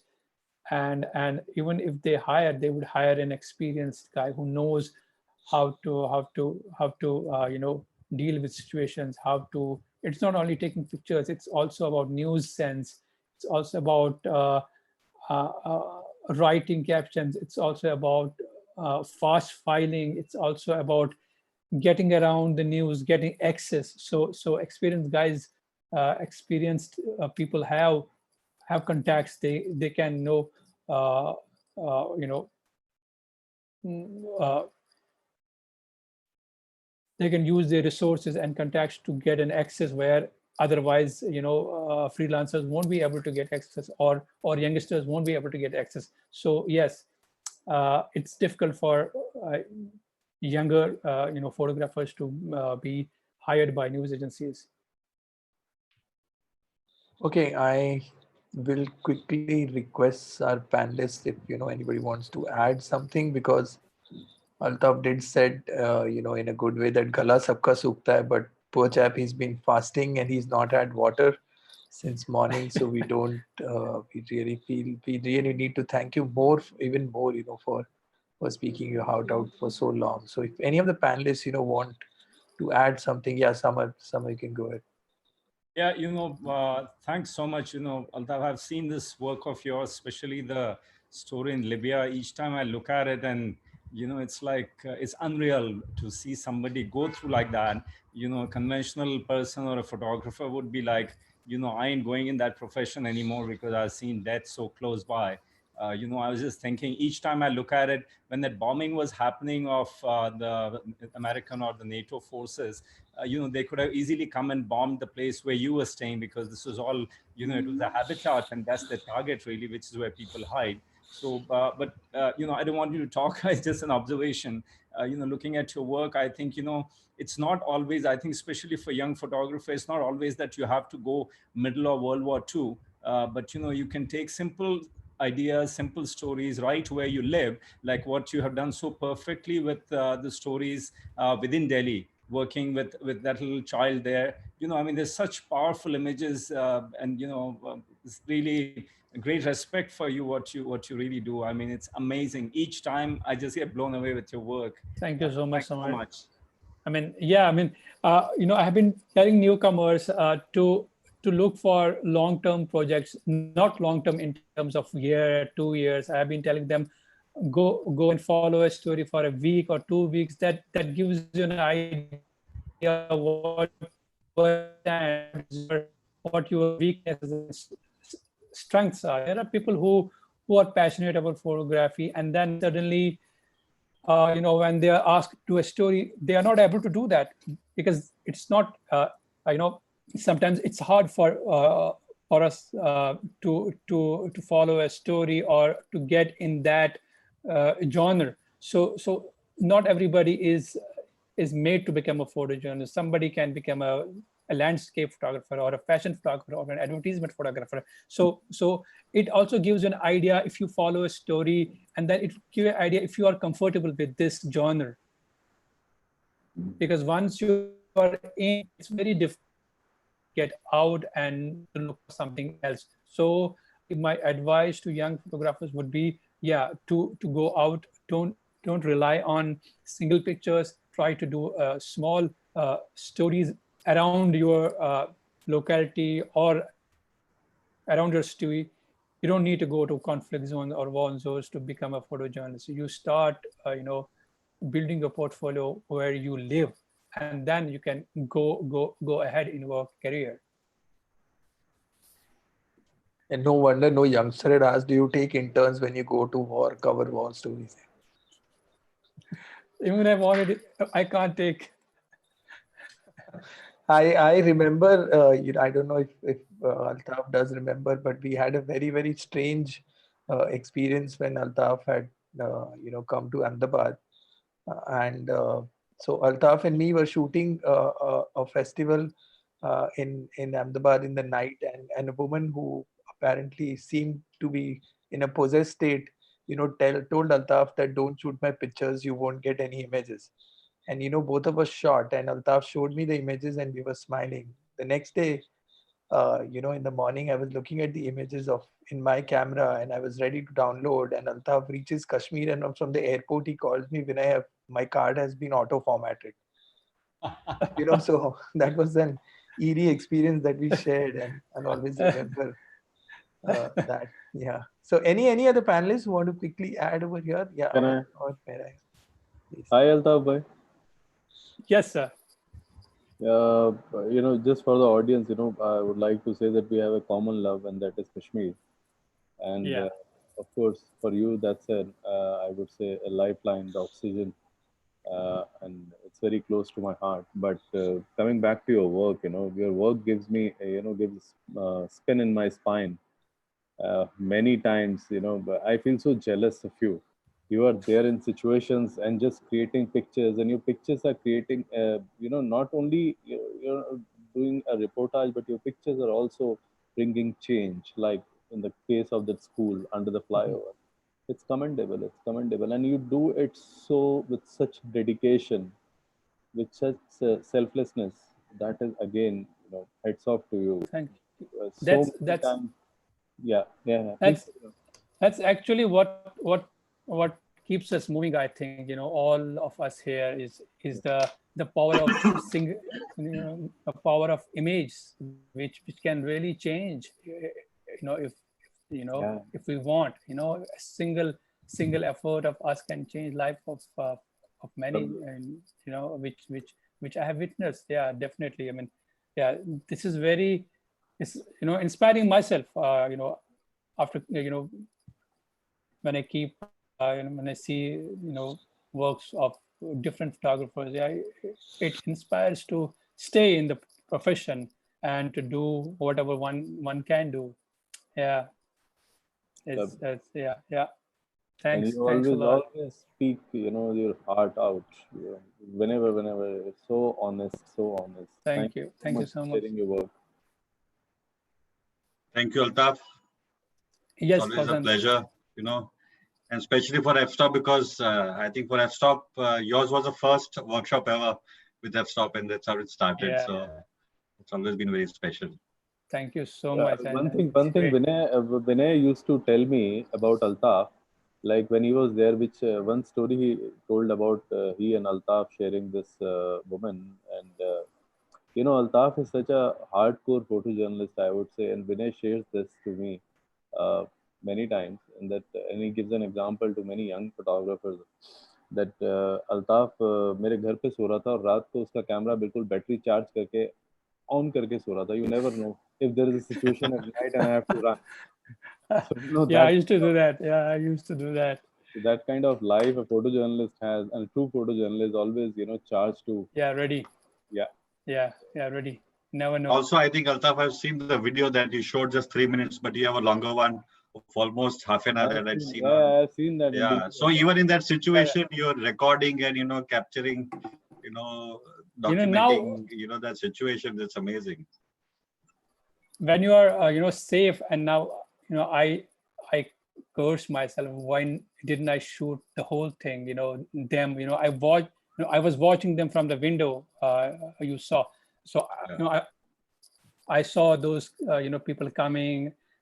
Then at that time I thought if I shoot it and they happen to be Gaddafi forces and they will check my card, they might have otherwise left me. They might I might get killed because they would be pissed off. why I shot it. So I didn't shoot anything of that, which I really feel bad now. But yeah, all. Anyway, you are here with us, Yes. smiling. Huh? Lovely. I think Fauzan wanted to ask something. Yeah. It's on mute. Yeah, he's on mute. Fauzan is always on mute by default. Okay, Altaf, we saw 3 stories of yours: the rag pickers, that mother with the child, and the third story over that cart. Now, being in the thick of things, is this your way of unwinding and trying to do soft stories? How how does the story come about? Like being in a conflict zone, and then suddenly you see something very soft stories.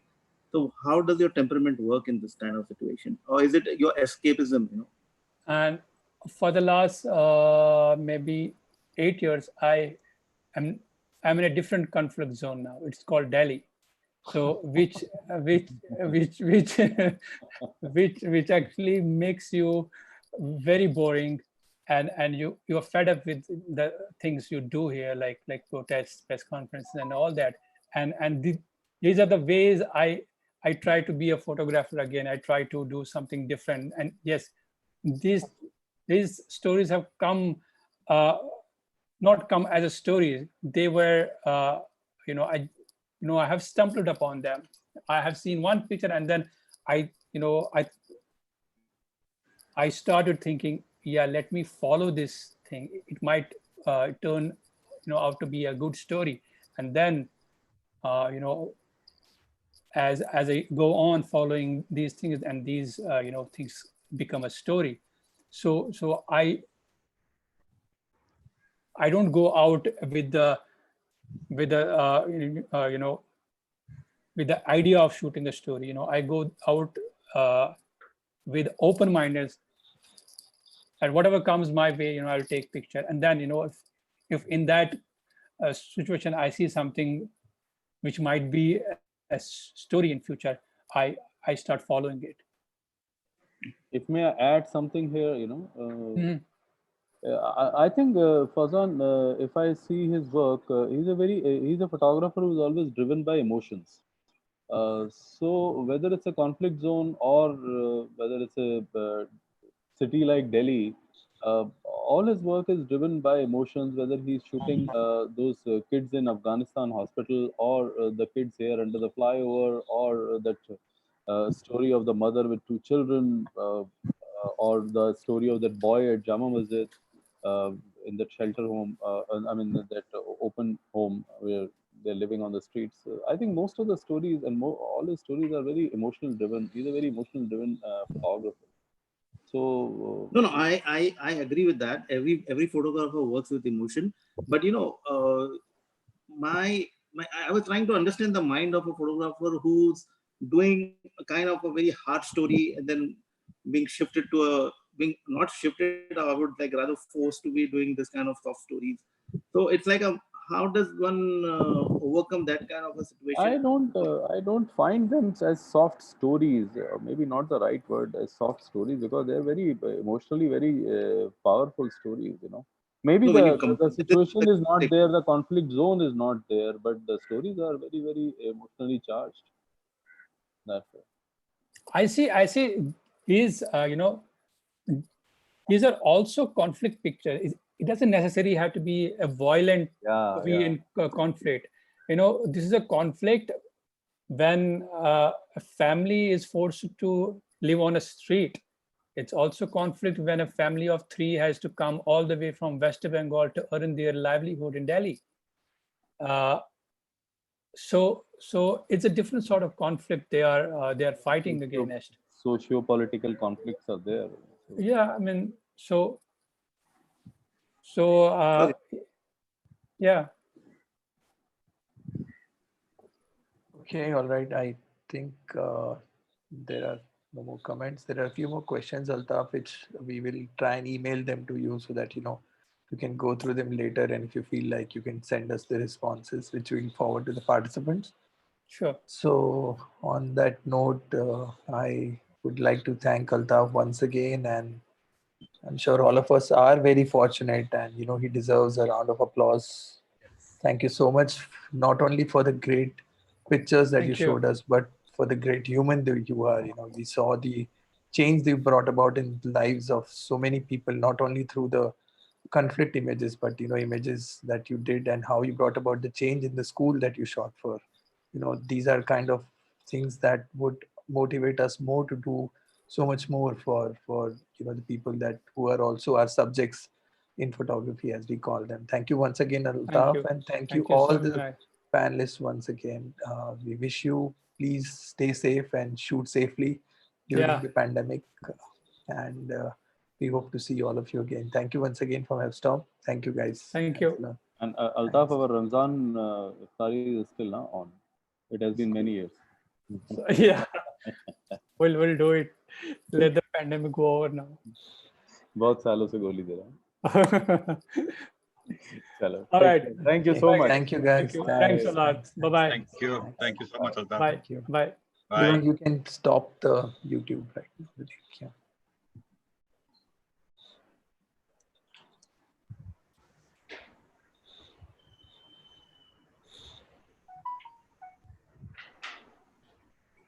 Okay, we're still live on Devang? YouTube.